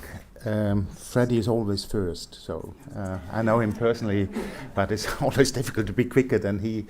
And so I have to play. It's a day of emotions. So and a lot of emotions are in the room, and I've to add also some personal emotions, and that have to do that I have the honor and the pleasure to introduce Professor Freddie Raphael, who is the speaker of the day, and Freddie Raphael was born in Colmar in Alsace, so he is from the region. In a poor family, as far as I know, and he had to flee before. So that was a Jewish Alsatian family. So he had therefore to flee when the Nazis came. So, and he is kind of witnessing the 20th century as a person. So he's just a person of the 20th century, and became after the war professor here at the University of Strasbourg. And he was a very, very successful professor here, and has written a lot of books about memory and pluriethnic memory. So because there were different people living here, and in that sense, he became a person who also built a bridge between Germany and between France and Germany, between Alsace and Württemberg, and between the universities of Strasbourg and Tübingen. And I remember that in the 90s, we had a lot of colloquiums together with Freddie Raphael and with our students. And that was highly successful because we started with that Jewish memory in the region, Jewish population in the region, because there were a lot of Jewish people who lived in the villages, not only in the town, in the villages. And Freddie was an absolutely expert in that. And I met him the first time in 2002, so that was just like yesterday. But when he came to Tübingen, we had a colloque, and there were always students, doctoral students coming. And that was not so easy because we had to translate into French and into German, and from German into English, and so on. And that was the Babylon situation. But that is somehow Europe, to say the truth. So so we really had great times together. And Freddie is, one had to speak a lot about him as a scientist, as a sociologist, because he has written a lot of Alsace, a lot about how people live together, how communication works. So it's really about the mémoires plurielles. That is one of his keywords in the Alsace, which is so important also for today. And he was also writing about the Jewish population. So we learned extremely a lot, and he came, I remember that he was always talking that he came through the Black Forest, Forêt Noire, so that was also a little bit a symbol. So go do Germany through this Black Forest. And that was a wonderful time. And now he is again here. That was a wish that Freddie could speak, and he will speak about pourquoi ce souvenir, so that is in English, why remember, that is the key questions. And he will speak in French, but you can completely speak with him as well in German. So those who because now Freddie, that's true. So in all of his translations, when there was somebody translating something from German into French and vice versa, at the end, Freddie had the better idea to translate it. So that was just a bilingual person of great importance. So Freddie, it's very nice after a long time. And I just have to say, Freddie was the bridging person between Tübingen and Strasbourg University. And that is an idea we just want to continue again. So it's after years we are coming together, and Freddie is he is just somehow not the ghost because he's still living, but he's a father of this cooperation, and therefore it's really a pleasure and it's an honor that he took over the responsibility to have the talk. And now my time is over because he is the person who should speak. And there will be a translation so Freddie speaks in French, because we are here in Alsace, but there will be a translation into English, again, by our main translator, Christian, who took over that task. So, Freddie, do you want to sit or? Okay. Merci beaucoup. Okay. So, thank you again, Freddie, for coming and for this great moment for our conference, because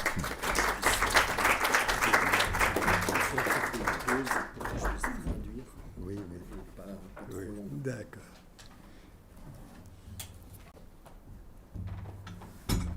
Merci. Vous pensez bien que je suis particulièrement ému par l'occasion qui m'est faite de vous rencontrer, de vous retrouver, de vous rencontrer, et que quelque part, c'est un peu un aboutissement de ce sur quoi j'ai construit ma vie. You can imagine that this is a very emotional moment for me to meet you again for certain, and that it is a moment of accomplishment of a long path. Je voudrais juste aussi mentionner deux noms qui ont été de personnes qui sont à l'origine, quelque part, de cet affrontement de l'Université de Tübingen avec le passé nazi et qui sont à l'origine des liens que nous avons eus. Je pense à Hermann Bausinger et je pense à Jutz Jägle, qui ont joué, il y a 50 ans, un rôle fondateur. I would like to mention two names that have been fundamental in liaising the University of Strasbourg and the University of Tübingen. Say the two names again, Freddy. Tu peux redire les noms? Hermann Bausinger. Hermann Bausinger. Et Jutz Jägle. Je m'excuse du caractère peut-être un peu abstrait de mon intervention, mais je pense qu'il y a des points qui semblent faire accord entre nous et qui ne vont pas d'eux-mêmes. Je pense notamment à cet appel qui est fait constamment au devoir de mémoire, à la nécessité de commémorer. Je ne sais pas si cette nécessité-là est effectivement ressentie par nombre de nos contemporains, quelles que soient les générations, et je pense qu'il y a beaucoup à faire. I'm sorry that maybe some of the aspects I will mention might be a little bit abstract, might be a little bit not completely grounded for everybody around here. I would like to start with the fact that the necessity to remember isn't something that might not be felt anonymously by everyone and everywhere for the present time being. That the necessity of memory is not necessarily shared in large parts of societies we live in. Je voudrais simplement aussi dire que d'où je parle, I would like to say from where I speak. D'où je parle, je me situe dans la lignée du philosophe Paul Ricoeur, qui fut notre maître à Strasbourg, pour qui un individu et une communauté ne cheminent à travers le temps qu'en articulant une histoire et une fiction particulière qui définissent leur singularité. Ils sont assignés à ce que Ricoeur appelle à une identité narrative qui leur assure une permanence dynamique, une cohésion que leur confère un récit refiguré. I would like to situate myself in a trajectory, in an intellectual trajectory, which is that of Paul Ricoeur, who has been professor in Strasbourg. Freddy, could you re-say the theoretical part on the memory, and I'll just, every half a sentence I'll translate. Et il importe, près de 90 ans après le génocide perpétré par les nazis et par leurs affidés, il importe de nous interroger sur la pertinence d'une commémoration. It is important 90 years after the crimes committed by the Nazi party members, but as well by their helpers, to reflect on the necessity and the importance of memory. Ce thème notamment de la résistance qui revient si souvent, The theme of resistance ce coming beau back so vocable often a été tant de fois galvaudé, usé par une invocation incessante à l'appui de tant de causes.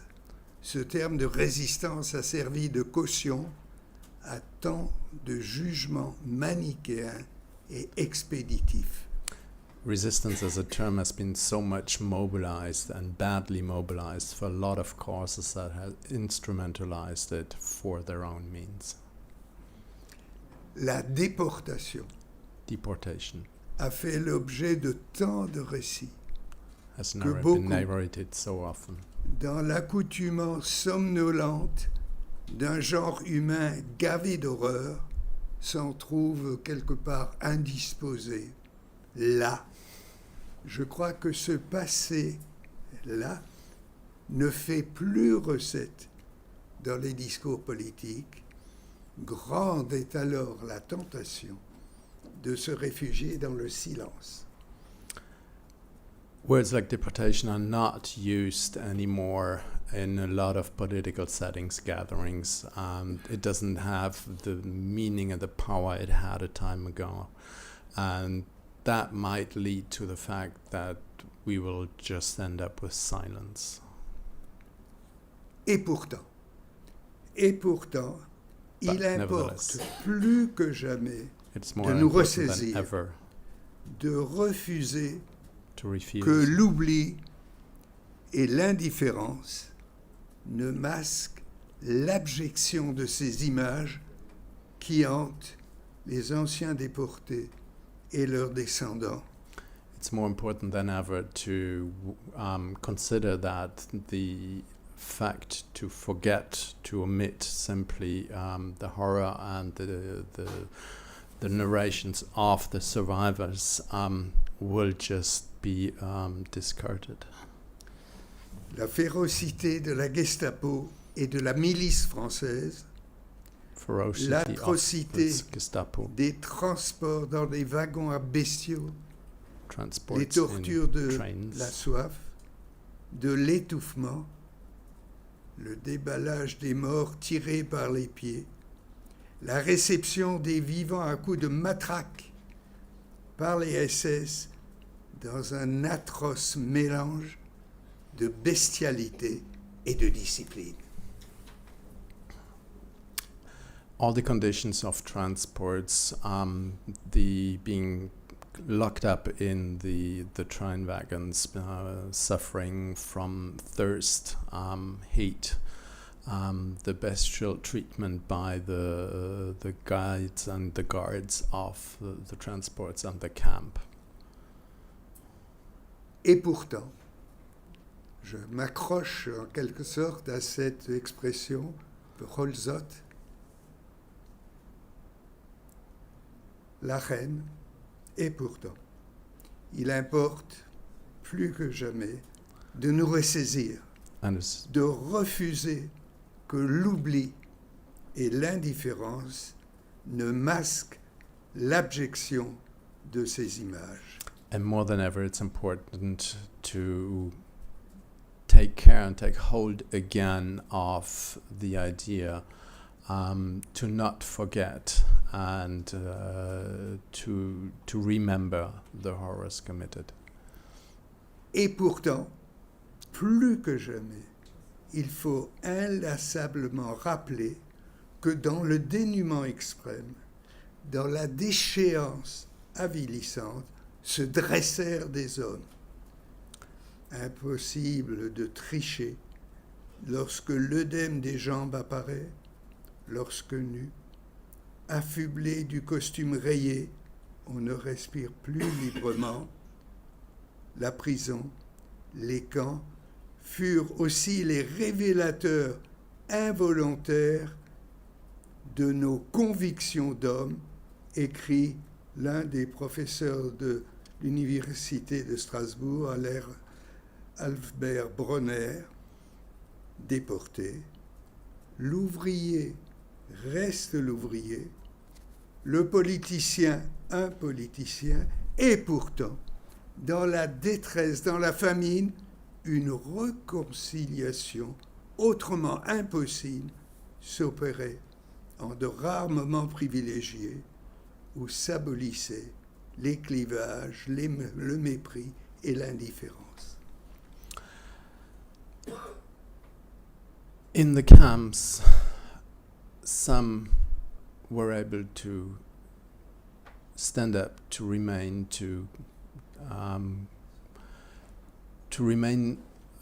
just standing, despite the edema of their legs, despite the pain felt, and the distinction that appeared within those camps that revealed to some the possibility to exist, to stand up, and it participated, despite the differences of profession, of origin, to have individuals who were just revealed as human beings standing. De nombre de témoignages et de réflexions poignants dans leur sobriété, je retiens que la commémoration n'a de sens que si elle est lucide et exigeante. Commemoration has only a sense if it's lucid and what was the second word? Si elle est lucide et exigeante. If it's lucid and compelling, thank you. Elle ne doit pas masquer l'attentisme et les lâchetés, la collaboration active avec l'occupant et la trahison. Commemoration should not cover compromission, shameful participation, or just the fact to have not resisted at all. La commémoration nous renvoie, chacun d'entre nous, à notre responsabilité présente, quelle que soit notre place dans la société. Commemoration sends every one of us back to our own responsibility in society today, wherever we stand. La commémoration marque notre refus de la banalisation du mal, de la construction d'une histoire purement victimaire qui élude, qui cache l'importance des choix aux heures les plus sombres.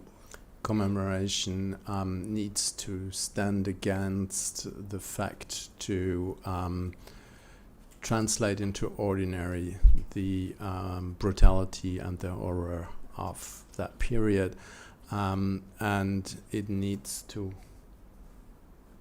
Can you say the end again? Élude l'importance des choix aux heures les plus sombres. And it stresses the importance of choice in crucial moments of difficulty and despair. S'impose alors à nous l'exigence d'être des serviteurs de la vérité, c'est-à-dire de prendre en charge les témoignages et le travail de la mémoire, mais s'impose à nous, et j'insiste là-dessus, tout aussi impérativement un devoir d'histoire.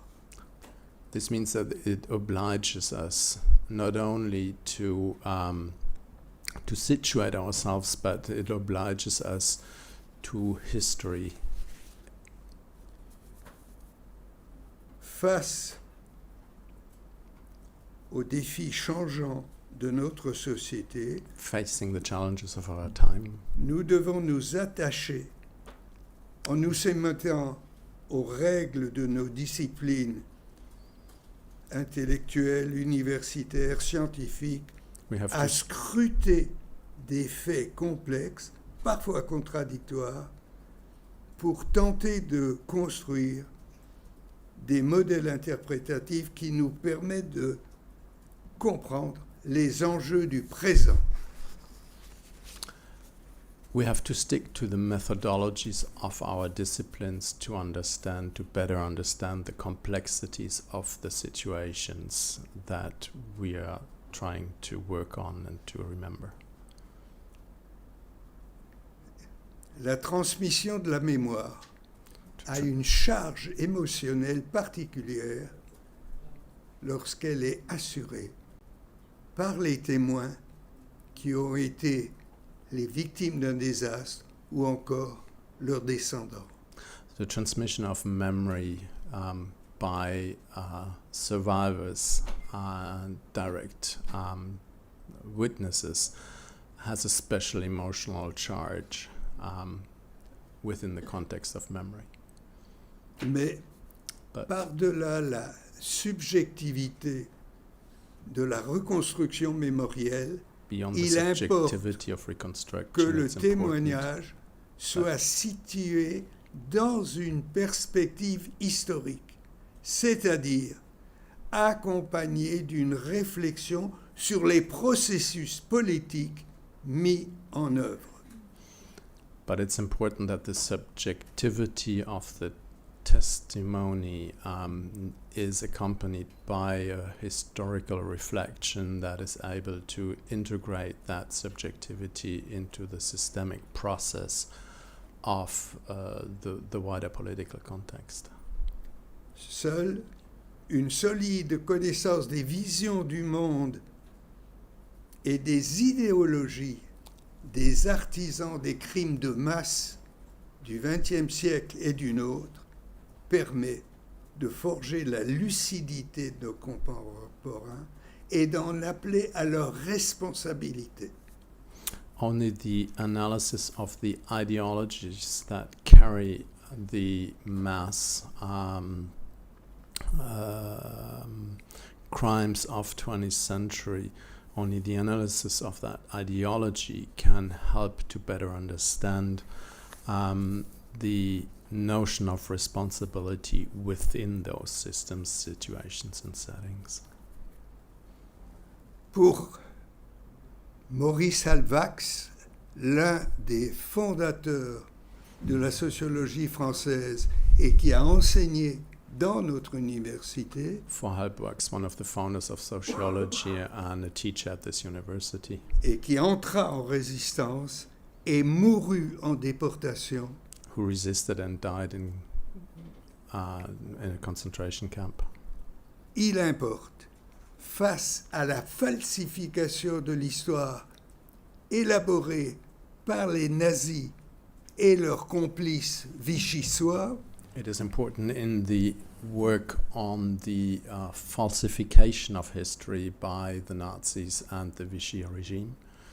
Il importe de réaffirmer les fondements éthiques, les valeurs de la République.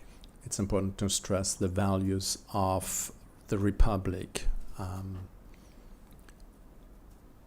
Contre la perversion des valeurs de la démocratie dont nous sommes, nous les témoins, il y a lieu d'actualiser le passé et de lui conférer une charge de sens. It's important to reactualize the past and to give it a new sense facing the challenges of the pseudo-democratic situations today. il y a différentes façons de participer à cet effort pour retrouver le sens présent du passé. Et je voudrais juste en citer un qui pourrait être une parenthèse, mais qui n'en est pas. Je pense à la créativité littéraire, par exemple, qui, entre autres, peut participer à cette entreprise. There are different ways to render present the past, and one of the possibilities that Frédéric Raphael just wants to stress is.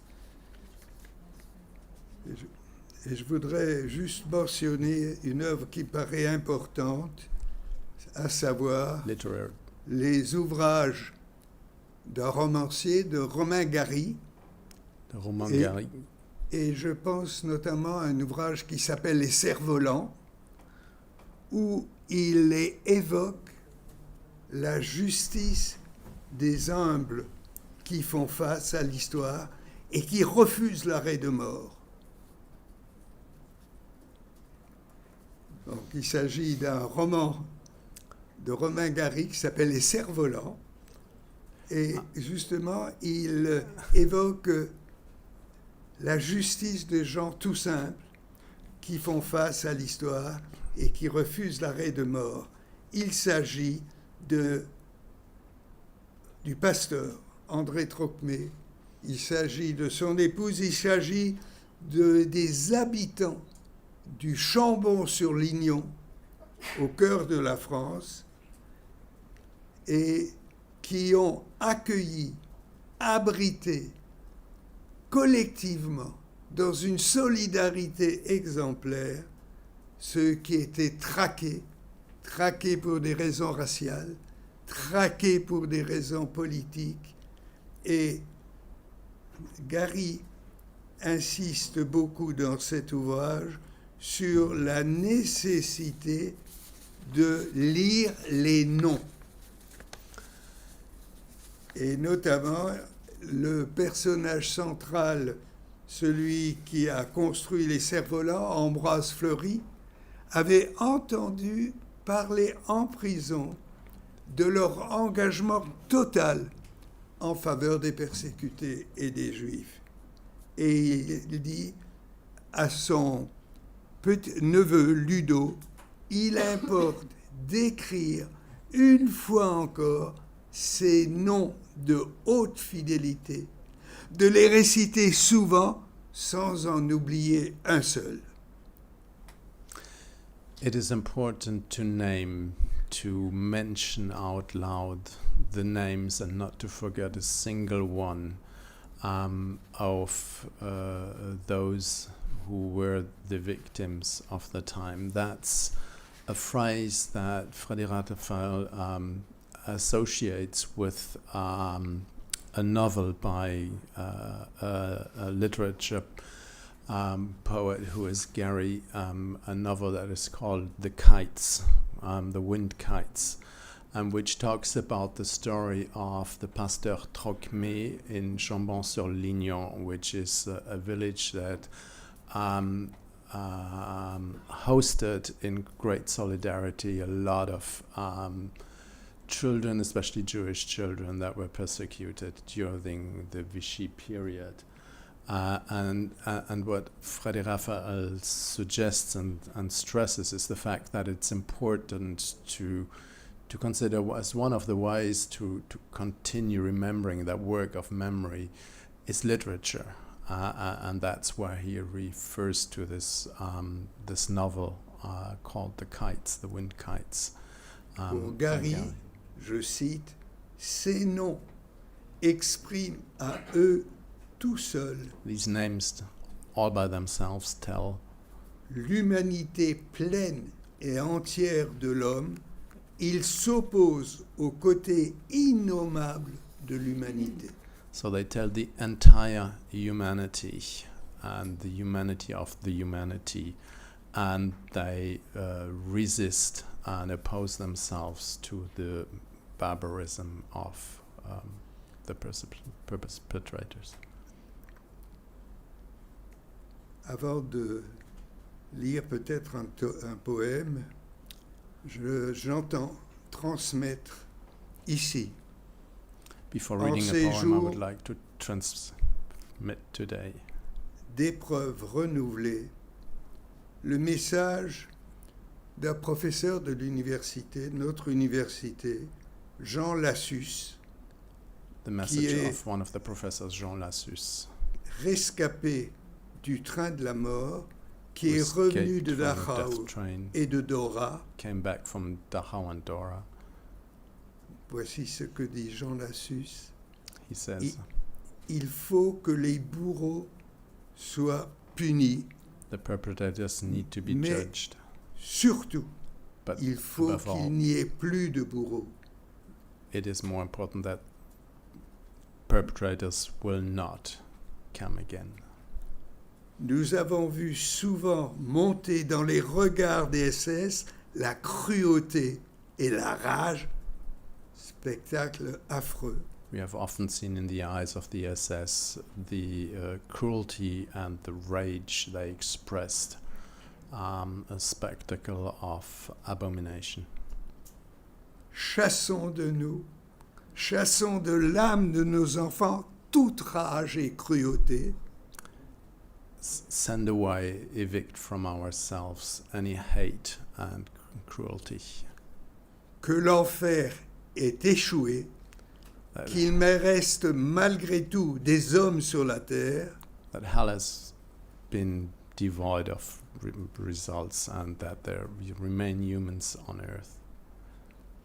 Nous avions, pour la victoire, sacrifié nos joies et nos vies. And our lives. Pour la paix, pour la paix, sachons sacrifier nos vengeances et nos haines. For peace, we need to sacrifice our resentment and our hate. Je dirais peut-être en conclusion que and I will conclude, commémorer, to commemorate, c'est croire au matin. To believe in the morning, c'est croire à ce matin-là. Is to believe Je vous to remercie. This morning. Thank you.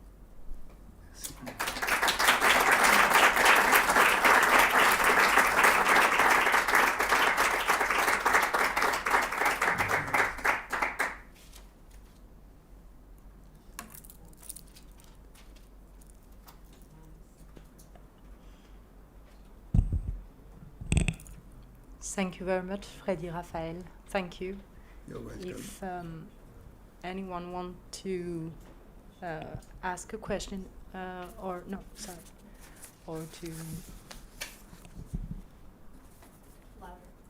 to... Sorry. I was saying thank you very much to Freddy Raphael for his conference. And now we can have a time to exchange with Freddy Raphael if you have any question, if you want to ask anything. And thank you also to Christian for the translation. Merci. Merci.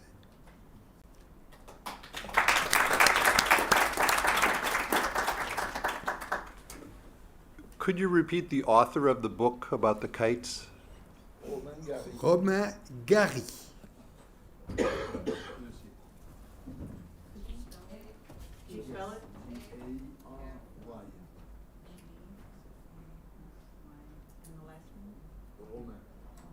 Romain Gary. G-A-R-Y. Les cerfs-volants. Here it is. I got it. R-O-A. Gary is the last name.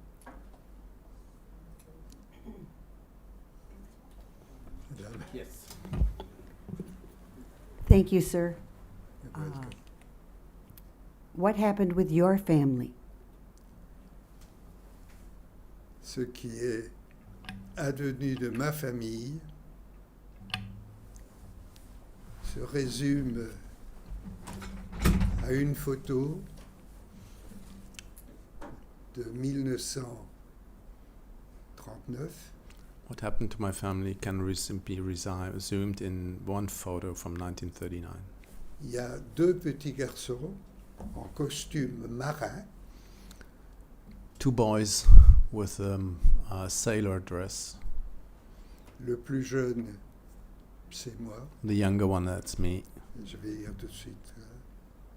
Le plus âgé, The older one, Gérard, Gérard, a été caché avec sa famille has been hidden with his family en France, in France.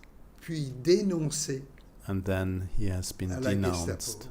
to the Gestapo. Et il est mort en déportation. And he died in deportation. Moi, How old? j'ai survécu parce que, I en survived partie, because j'ai été caché, I was hidden. j'ai été officiellement baptisé par le curé Officially du village. baptized by the Catholic priest of the village.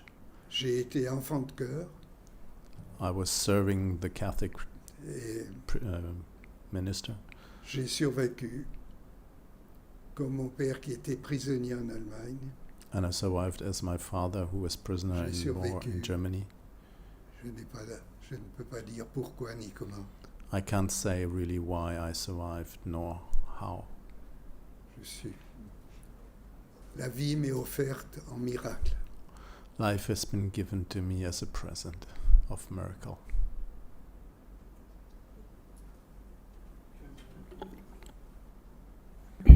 This is what my father always said too. Merci. He survived Merci. to tell. J'ai pas Hmm? Non, j'ai pas. Madame dit que c'est exactement ce que disait son père. Aussi, Son père. et qu'il a survécu pour témoigner aussi, pour partager. Thank you. Je voulais juste aussi dire combien dans cet effort de reprendre en charge et de transmettre, il y a 2 autres noms de gens qui sont ici présents, Reinhard et Hans-Joachim, à Tübingen, combien l'étape de Tübingen, qui a duré très longtemps pour moi, tous les 2 ans un séminaire commun, combien ça aide à se reconstruire. Freddy Raphael says that it's important for him as well to mention 2 names who are here today, for, Reinhard Jola and Hans-Joachim Lang, who he has organized a seminary with since the 2000s every 2 years, and organizing that seminary has been a way to reconstruct.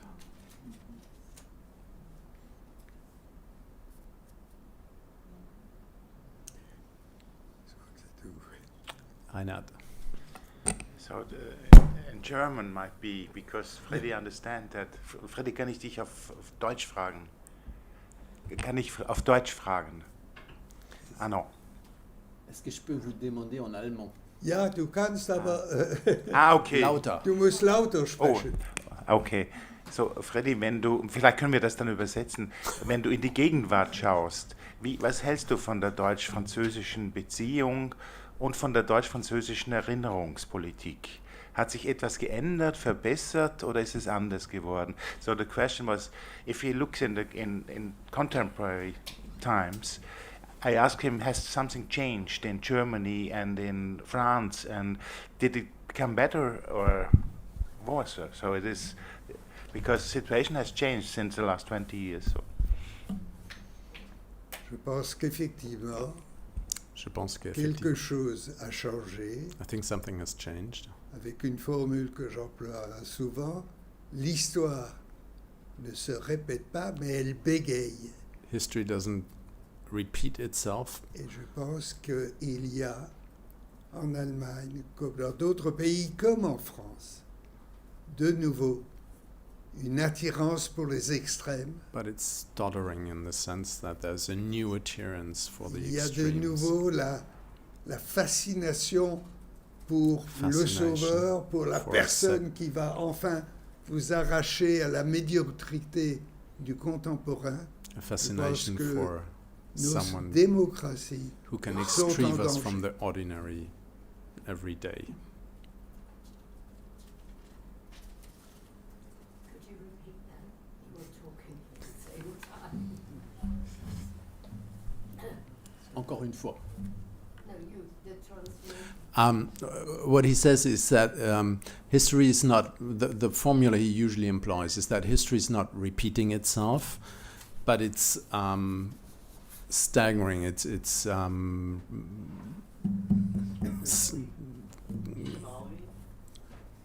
Repeating? not repeating, but it's when you talk with difficulties, stuttering. Oui. And he says that that's because we're living in a time where people are attracted again to the extremes and attracted to figures of salvation to get them out of an ordinary messiness of today, which calls for strong leaders. And that's not a repetition, but it's, in a certain sense, it's stuttering. That's the expression Freddie uses for that.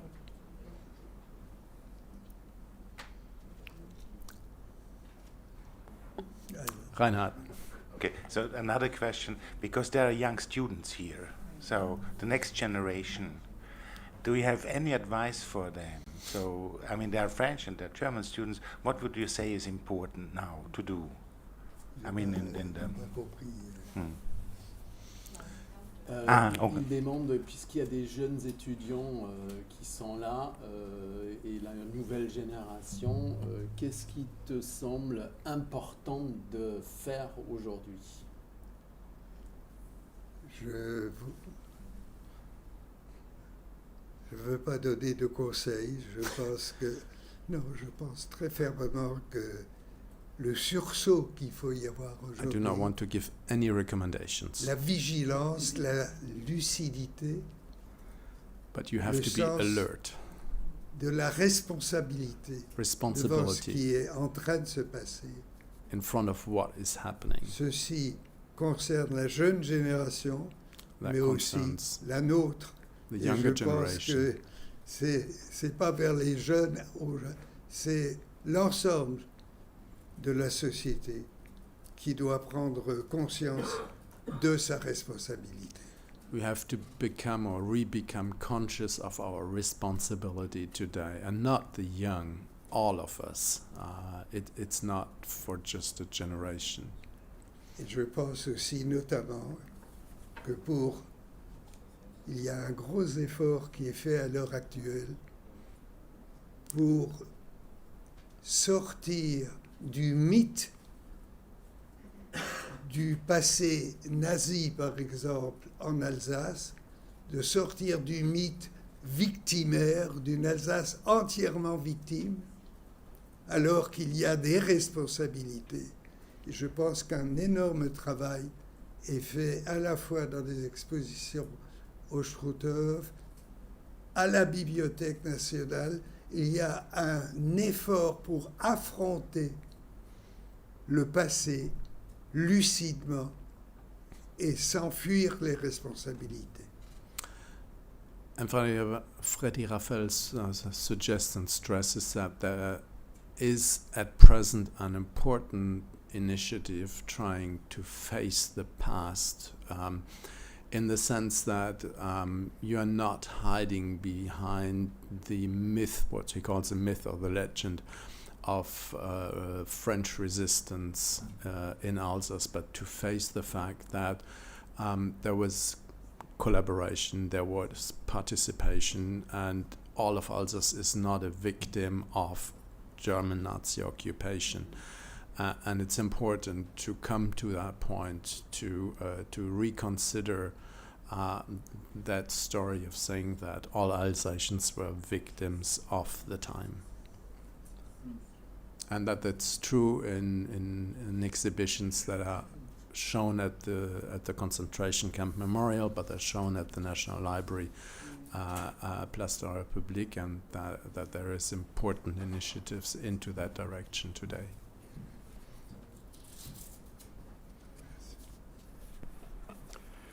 I would like to say that I think I know why you were saved, and that was so that you were here today to spread your knowledge and expertise about the history of this crime. Je crois que j'ai une attitude, bien sûr, j'ai une expérience, mais je n'ai pas d'expertise. Je suis toujours devant une incompréhension totale. Comment l'humain dans l'homme peut être détruit, foulé. Je n'ai pas de réponse. Ça continue à me faire mal. Je vais dire quelque chose de... Je ne voudrais pas faire de polémique, mais je voudrais simplement dire que aucun peuple n'est à l'abri et que on peut déraper vers la violence, vers la négation de l'autre, et que même les victimes juifs, et je fais partie de ce peuple, doivent être vigilants et préoccupés par la paix. Le plus beau mot, je trouve, dans la prière qu'on fait après chaque repas, dans la prière que l'on fait à 3 moments de la journée. Ce mot a l'air banal, mais le mot de shalom est pour moi ce qui me permet de continuer à vivre. That what helps me to continue to live is the simple word that I use and that I say 3 times a day in every prayer after having eaten, which is shalom. Yes. What hurts me and what makes things really difficult for me is the fact to still not understand and probably never be able to understand how violence and how how denying the other can become the foundation and can be become something essential, putting away with humanity and humans and beings and taking over in that sense. There's no, Freddy Raphael says that he doesn't understand, but that's what hurts him, that's what questions him, and what remains difficult to be understood.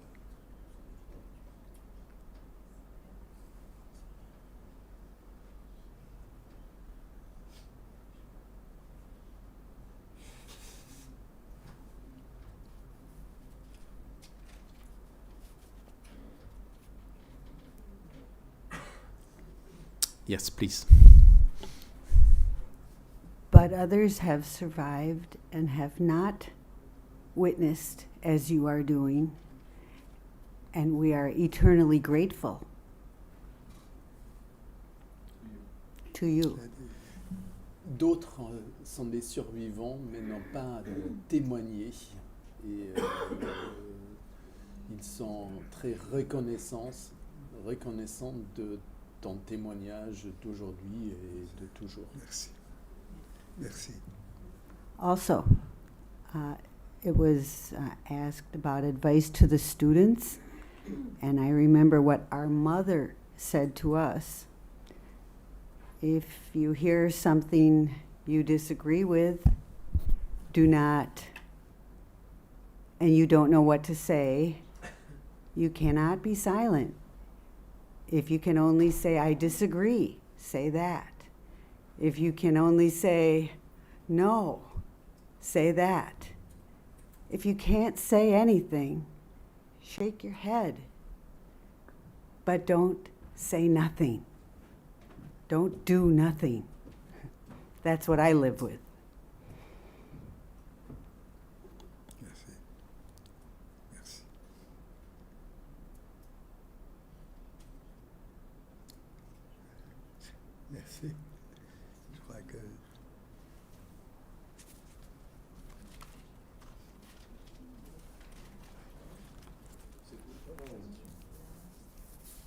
Good point. Merci.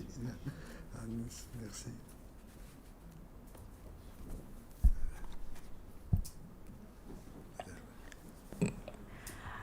I'd like to ask the students a question of their experiencing, coming from different locations, their experience growing up and among their colleagues, not here at the university, but growing up, their experience with dealing with the Holocaust.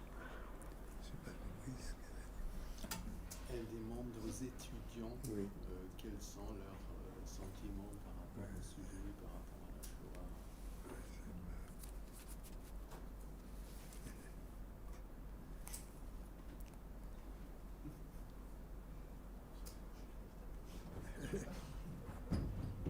la Shoah? So, do you hear me? Yes. In Germany, I think it depends on your cultural background. For me, I have a migration background, so the Holocaust is always something that me and my family were very aware of, in the sense that this is something that could happen to us, and is always very, very present, and it's always very present in school. But it really depends on the individual. School tries to make it a topic that's very no,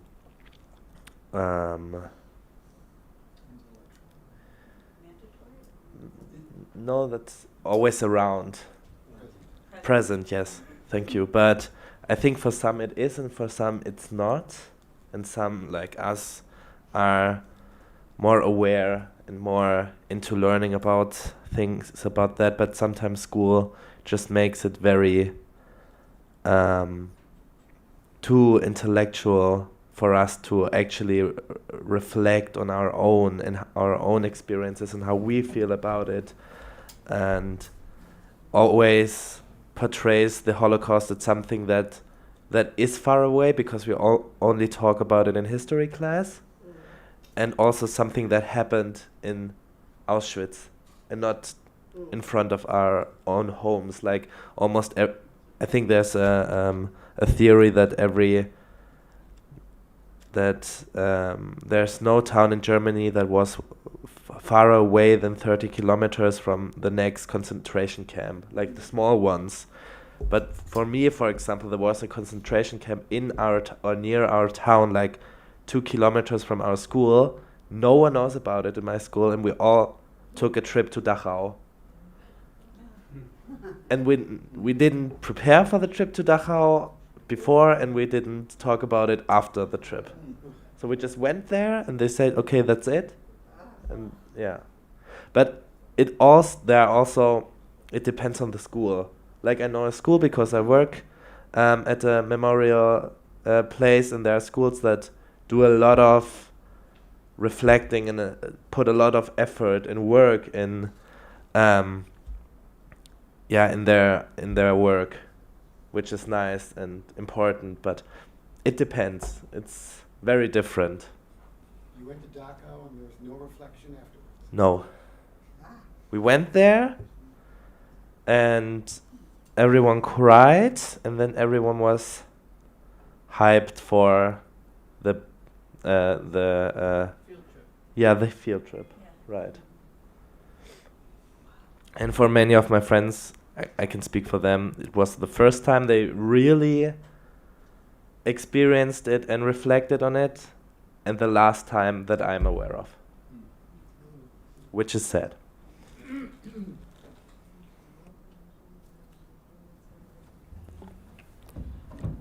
But you do better than we in America do with slavery. We don't own it at all. And it only happened in the South, but it didn't. And we look to Germany as a country who owns the Holocaust. It tells the story. The Stolpersteins, Dr. Lang, we have to really work to talk about slavery in America. People don't want to talk about it at all. And it's why we are where we are in many ways. Excuse me? Yeah, they know that.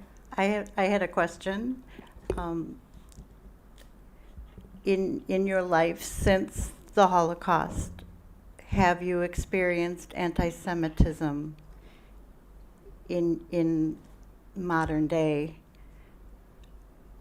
Is it still felt, or is it all hidden? Did it go away? Est-ce que tu as ressenti depuis 1945 des moments d'expression d'antisémitisme, et si oui, quand, et comment ça s'est présenté? Je pense que c'est bien sûr qu'il y a eu, depuis la Deuxième Guerre mondiale, et il y a eu une banalisation progressive de l'antisémitisme. Il y a eu aussi une banalisation du racisme en général, et que ça fait mal. Et je suis assez lucide pour savoir qu'une démocratie et les valeurs d'une démocratie doivent se reconquérir à chaque génération. Freddy Raphael says that racism and anti-Semitism have become ordinary since 1945, and that he thinks that every generation has to reconquer democracy. It's not transmitted.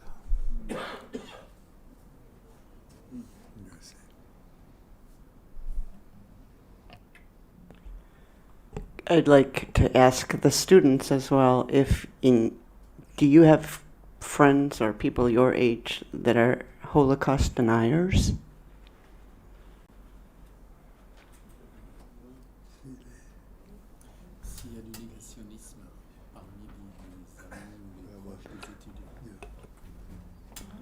Well, I can only speak for me, and with me it's not the case, or at least not openly. So I think it would be a big taboo to talk about this in my friend circle openly.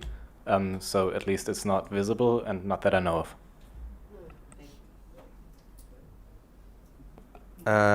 Yeah, same. But I know people who are not denying it, but who are questioning it, how important it is to remember the Holocaust, because they don't feel like it's very important because it happened so long ago. Yeah. It was my grandma. It wasn't long ago. It was my grandma. Je crois que aussi il faut insister là-dessus, que les enfants ou les petits-enfants de bourreaux sont des enfants, des petits-enfants, et ne sont pas des bourreaux. Je crois que c'est extrêmement important d'insister là-dessus. It is important to insist on the fact as well that the children and the grandchildren of a perpetrator are not a perpetrator.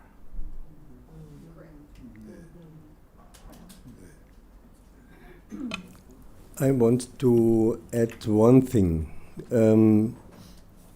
You was pointing out a right thing. You must have informations and you must have interest. And you must not only have interest in Holocaust, but you must have interest in the circumstances of the Holocaust. You must have interest in Jewish life. What means Jewish life in Germany at that time and at the time before? For my example, if I only would have trusted the informations of school, I would not sit here. My school was in Speyer. It was a very old Jewish town. And my school was in the neighborhood of a Judenbad. How is the name in English? Jewish bath? Or? Jewish bath. Yes.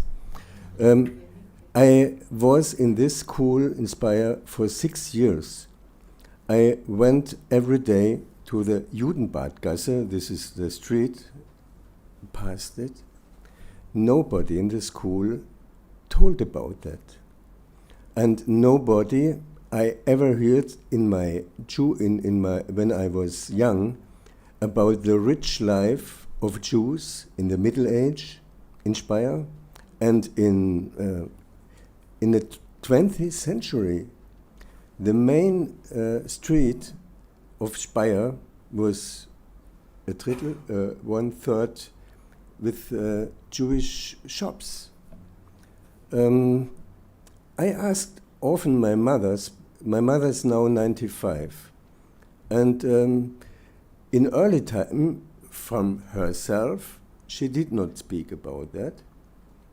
And when I asked later on, she gave me information. She said, yes, it's Jewish life, and she has learned shortly after during the war, as a Schneider. Yes. And last week, I was in Speyer and visited her, and we drove the road where she had learned this. And then she said, this house belonged to a Jew. It was the first time she told about that. And this is a very, very important thing to be interested in the all-day life. Not only, it's important to know the facts of the Holocaust, but it's always important to know who are the victims, and not only who are the victims, not to reduce them as a victim, to see what was her life, their lives, where lived there, in which families, where did they come from, and so on. Merci. Merci. Why do you think she didn't talk about it? She waited for questions. How to find questions? You must find it by yourself. It's also an own interest. Is there a very large community of Jews in Germany now? Are there synagogues? Are there people that practice Judaism? It depends where. In Berlin, it's a very big community, but not only religious Jews. There are also a lot of Jews from Israel. We don't know exactly how many. I know 10,000 Jews are registered as religious Jews of the community, and about 10,000 are Israel Jews who came from Tel Aviv or so on, and they have the double nationality. And so they are not registered exactly. And there are also are Jews from US or from everywhere in the world, also from Eastern Europe. They are not Jews by religious. They say they are Jews of culture.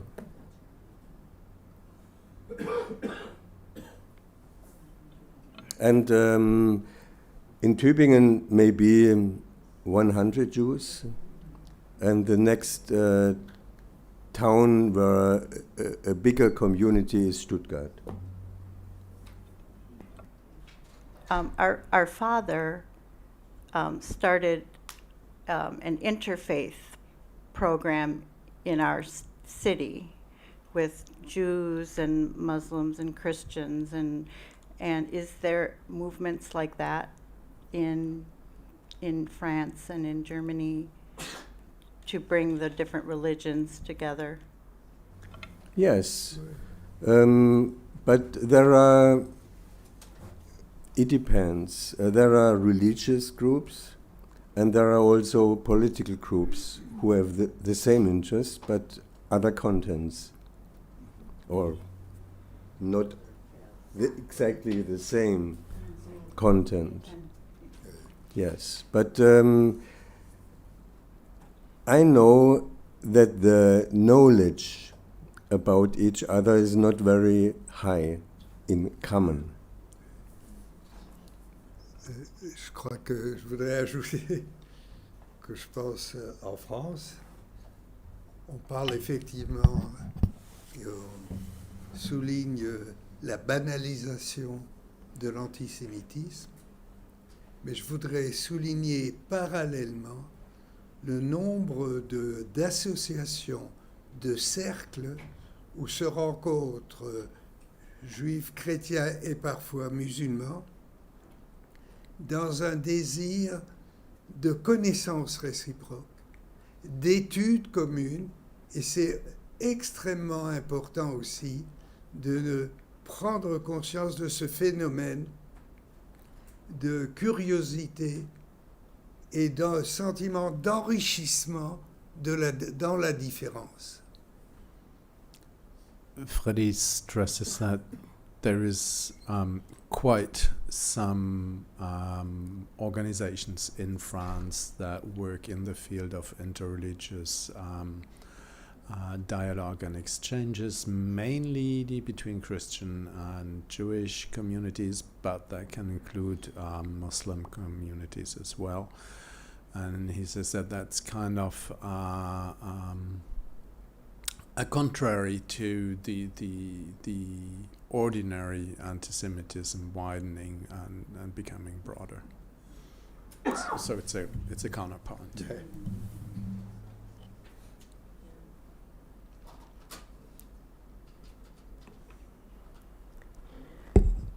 I'm wondering if, again, we're so interested in your responses, students, and I'm wondering if your course focused on Alsace as the region that had this particular kind of history, and that was it, or did you focus on other events that Nazis, such as book burning and the destruction of the universities and the fact that Jewish students were thrown out of the universities and professors were stopped from teaching at universities? That's the more general setting. And I wondered, did your course cover that, or was that a kind of basic level of knowledge that you were assumed to have? What were the basic assumptions, and what did you learn in the course?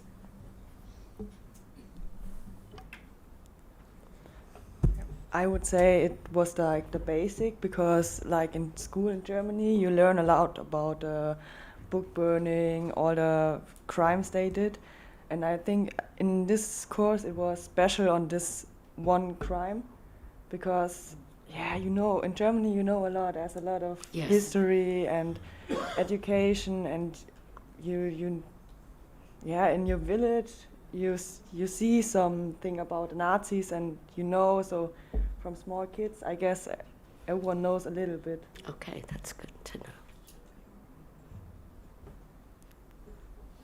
And that's common experience.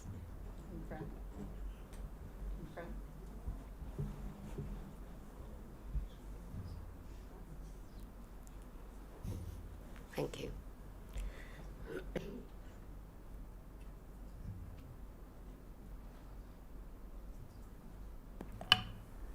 Does anyone has another question for Freddy Raphael or someone else, or for?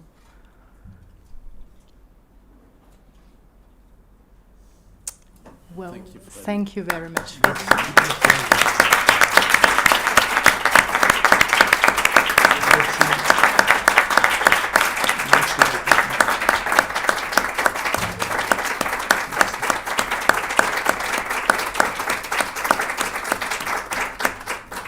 Merci à vous. Some housekeeping before we go on. Lunch is waiting outside for you. Our program foresees a visit to the Anatomical Institute this afternoon. Hans-Joachim and I will guide you from the hospital square, with the place that we meet, which is close to a tram station, to the institute and then into the institute. The director of the Anatomy Institute today will be present and welcome you, and will be with us as long as we wish.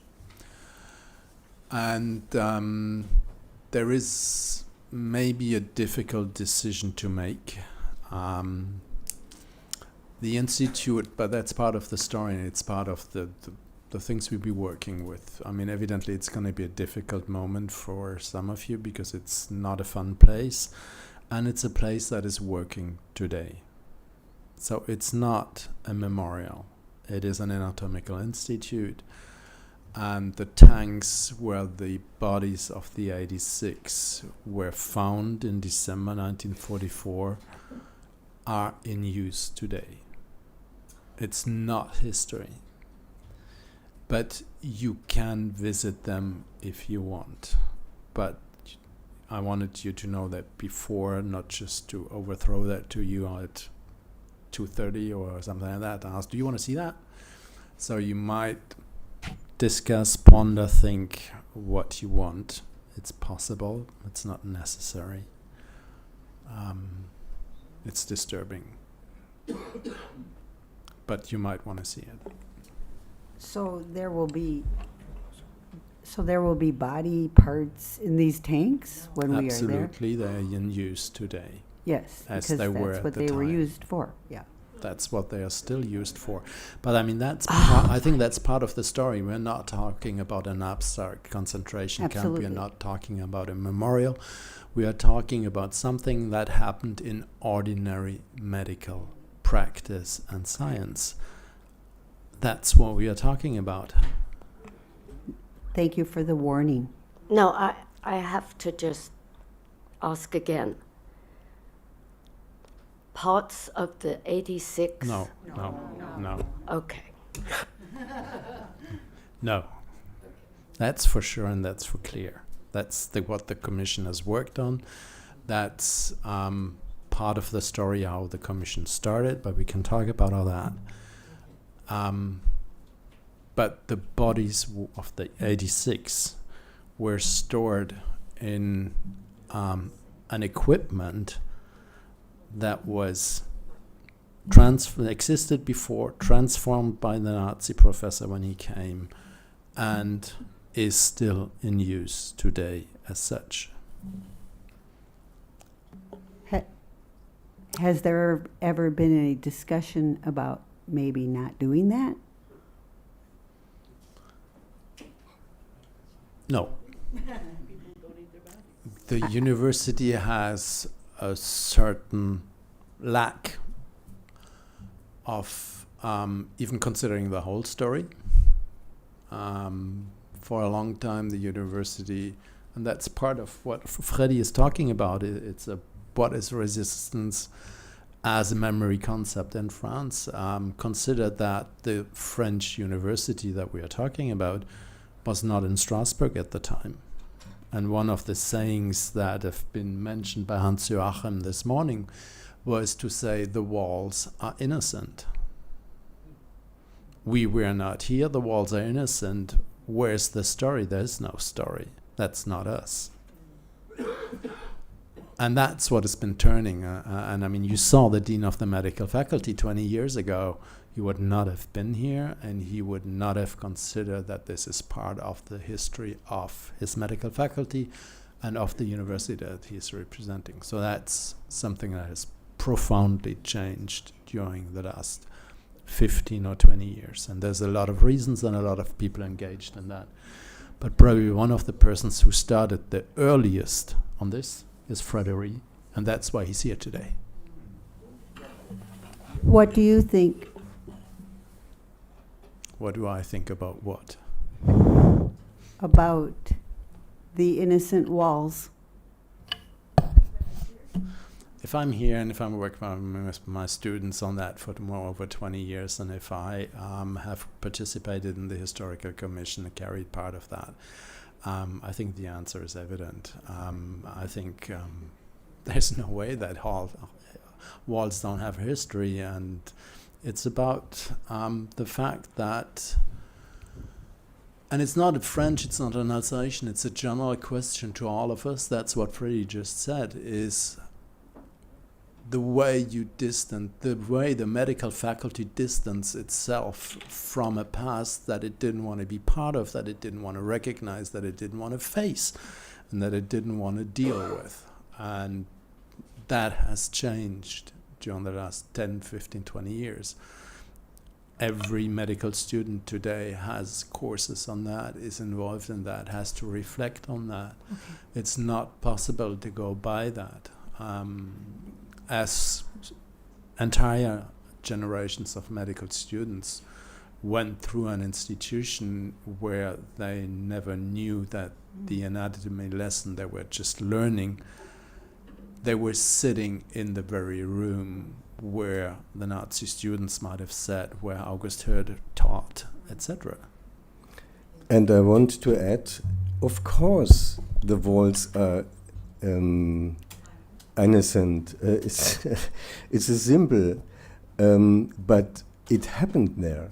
And not to see that, not to want to know, that is the fact about what we are discussing here. That's why I asked. I wondered what you were thinking. I'm trying to figure it out for myself, and I want to know what you think. So I think I agree, but I wanted to hear how you were thinking about it. Thank you.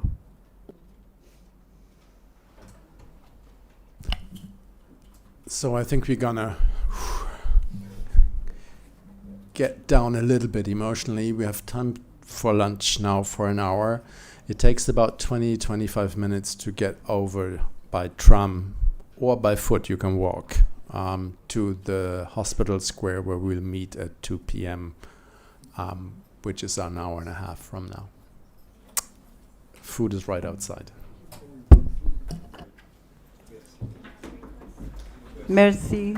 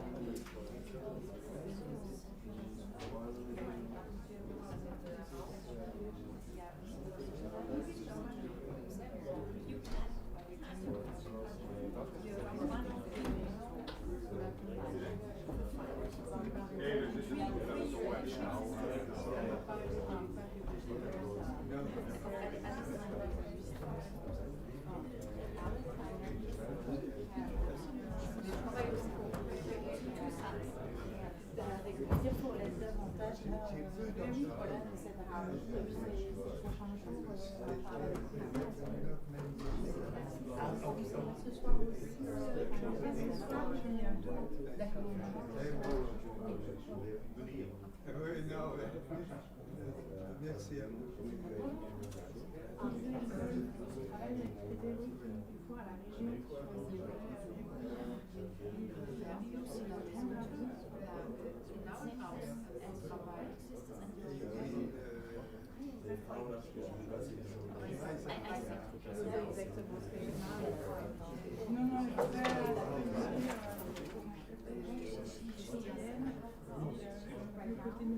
Il y a un tas de choses qui se sont posées.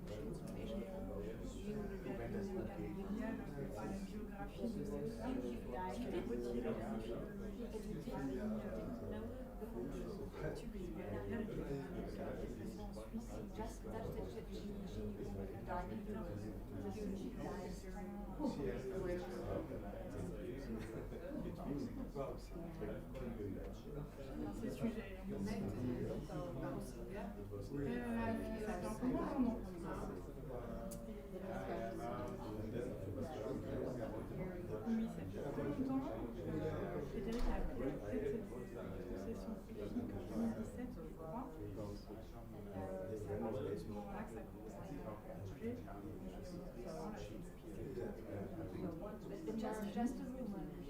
Nobody in the family has gone to the difficulty, so some letter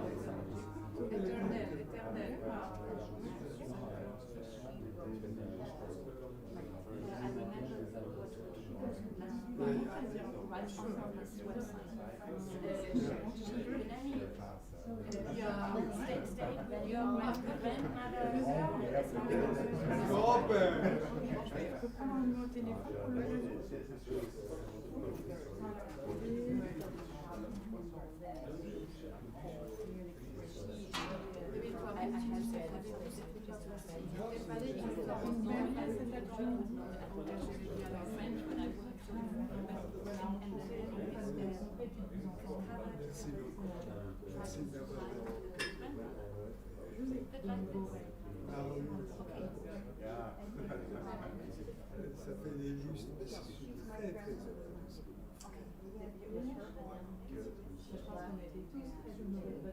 Non. Ça s'est sauté, ça s'est sauté. Est-ce que vous avez la possibilité de poser des questions avec nous ou est-ce que c'est gentil, on met des problèmes. Vous déjeunez, je pense que normalement on peut avoir voilà, mais sans obligation. Malheureusement, il y a des conditions de sécurité, et puis il a un peu moins d'énergie.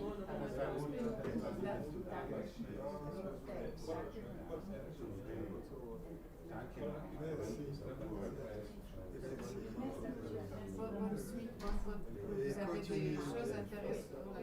Le programme est riche. Oui, bien sûr, vous avez Ça me semblait normal de nous proposer. Et d'avoir préparé ce beau texte. Il faut continuer. Oui, c'est ça. Il y a quelque part, il n'y a pas le. Et puis on est quasiment voisins. Vous savez, je suis venue vous déposer le programme de séminaire à votre bibliothèque. Oui. C'est comme ça, j'avais 2 rues de chez vous, donc c'est pas trop compliqué de vous mettre dans la boîte aux lettres. On est vraiment voisins.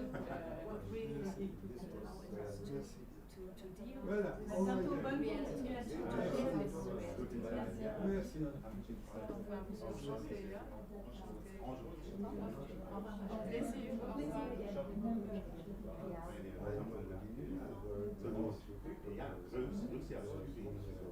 Ah oui, c'est vrai que il faudrait aller à Tübingen. Vous enseignez, vous enseignez.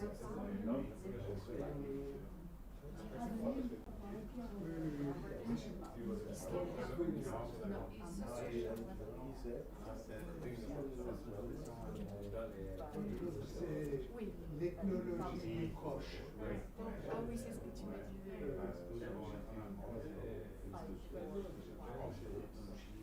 Du lointain.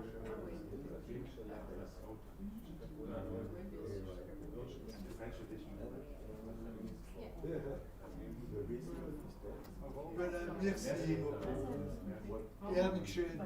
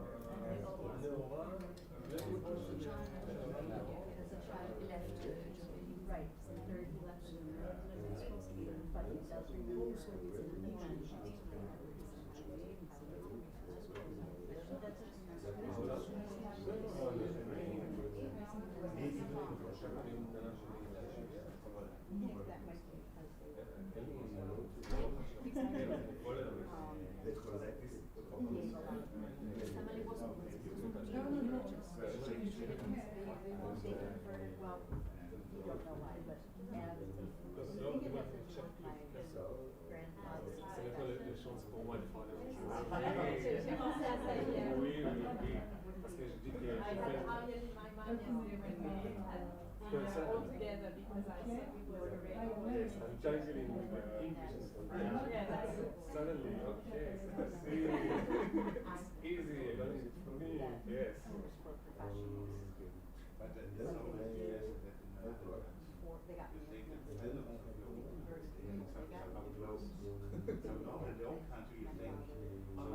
I thought it was only us. No, because there is something with, they said there is the rule of 3 people in Israel. Okay. And probably after naming 3 people, we'll find connection. In Israel, one is in Army, university, this is Israel. You can be in Thailand, Bangkok, Hong Kong, this is us. This is like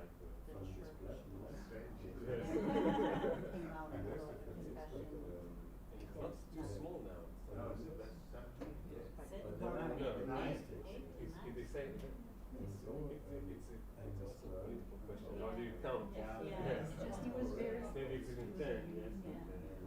I had a friend and girlfriend which was in the same school as me, and she was Jewish originally. She was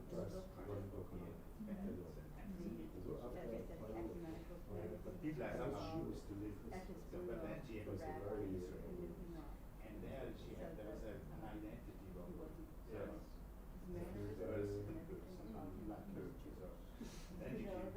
back. It's kind of a new person, it's a singular person, then because there was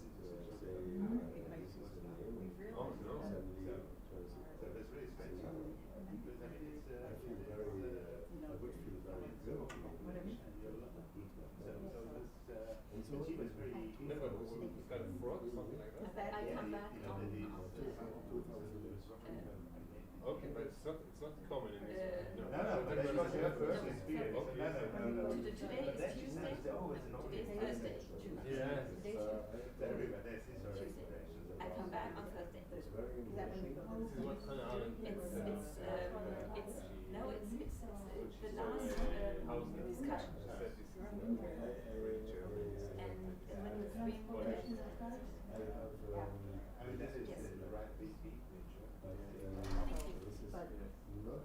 when it's being we're just talking about it, about things changing in Europe. We're not sure that the history is really changing, or maybe it's going back. What happened to your It's parents? more than fun.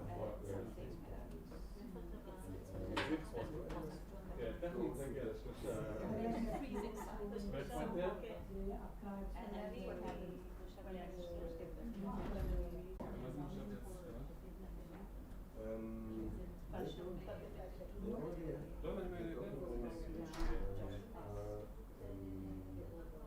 which survived, which was not destroyed, this was most of it is destroyed. Only some survived, hidden in some places. This was the basic, but we must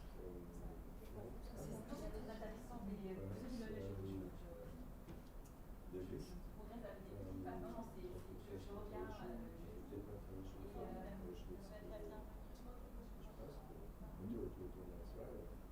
but they only have a list of the women, not of the men. And on this list, there is not noted that is a list from Auschwitz to Nazism. This is only the title. 29 women arrived at 2nd of August from Auschwitz, but not were arrived. And this is the reason that the father of this woman said, I thought nobody came outside Auschwitz. This is the death date. It's a secret symbol for that day. So I had a lot of time to research to be sure that the names are correct. And this, in this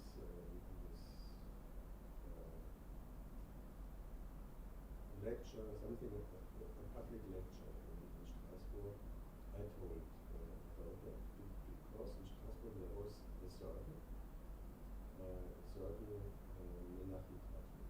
They have named it because they have been interested in this crime and in the prisoners, in the victims, but they did not find documents and so on.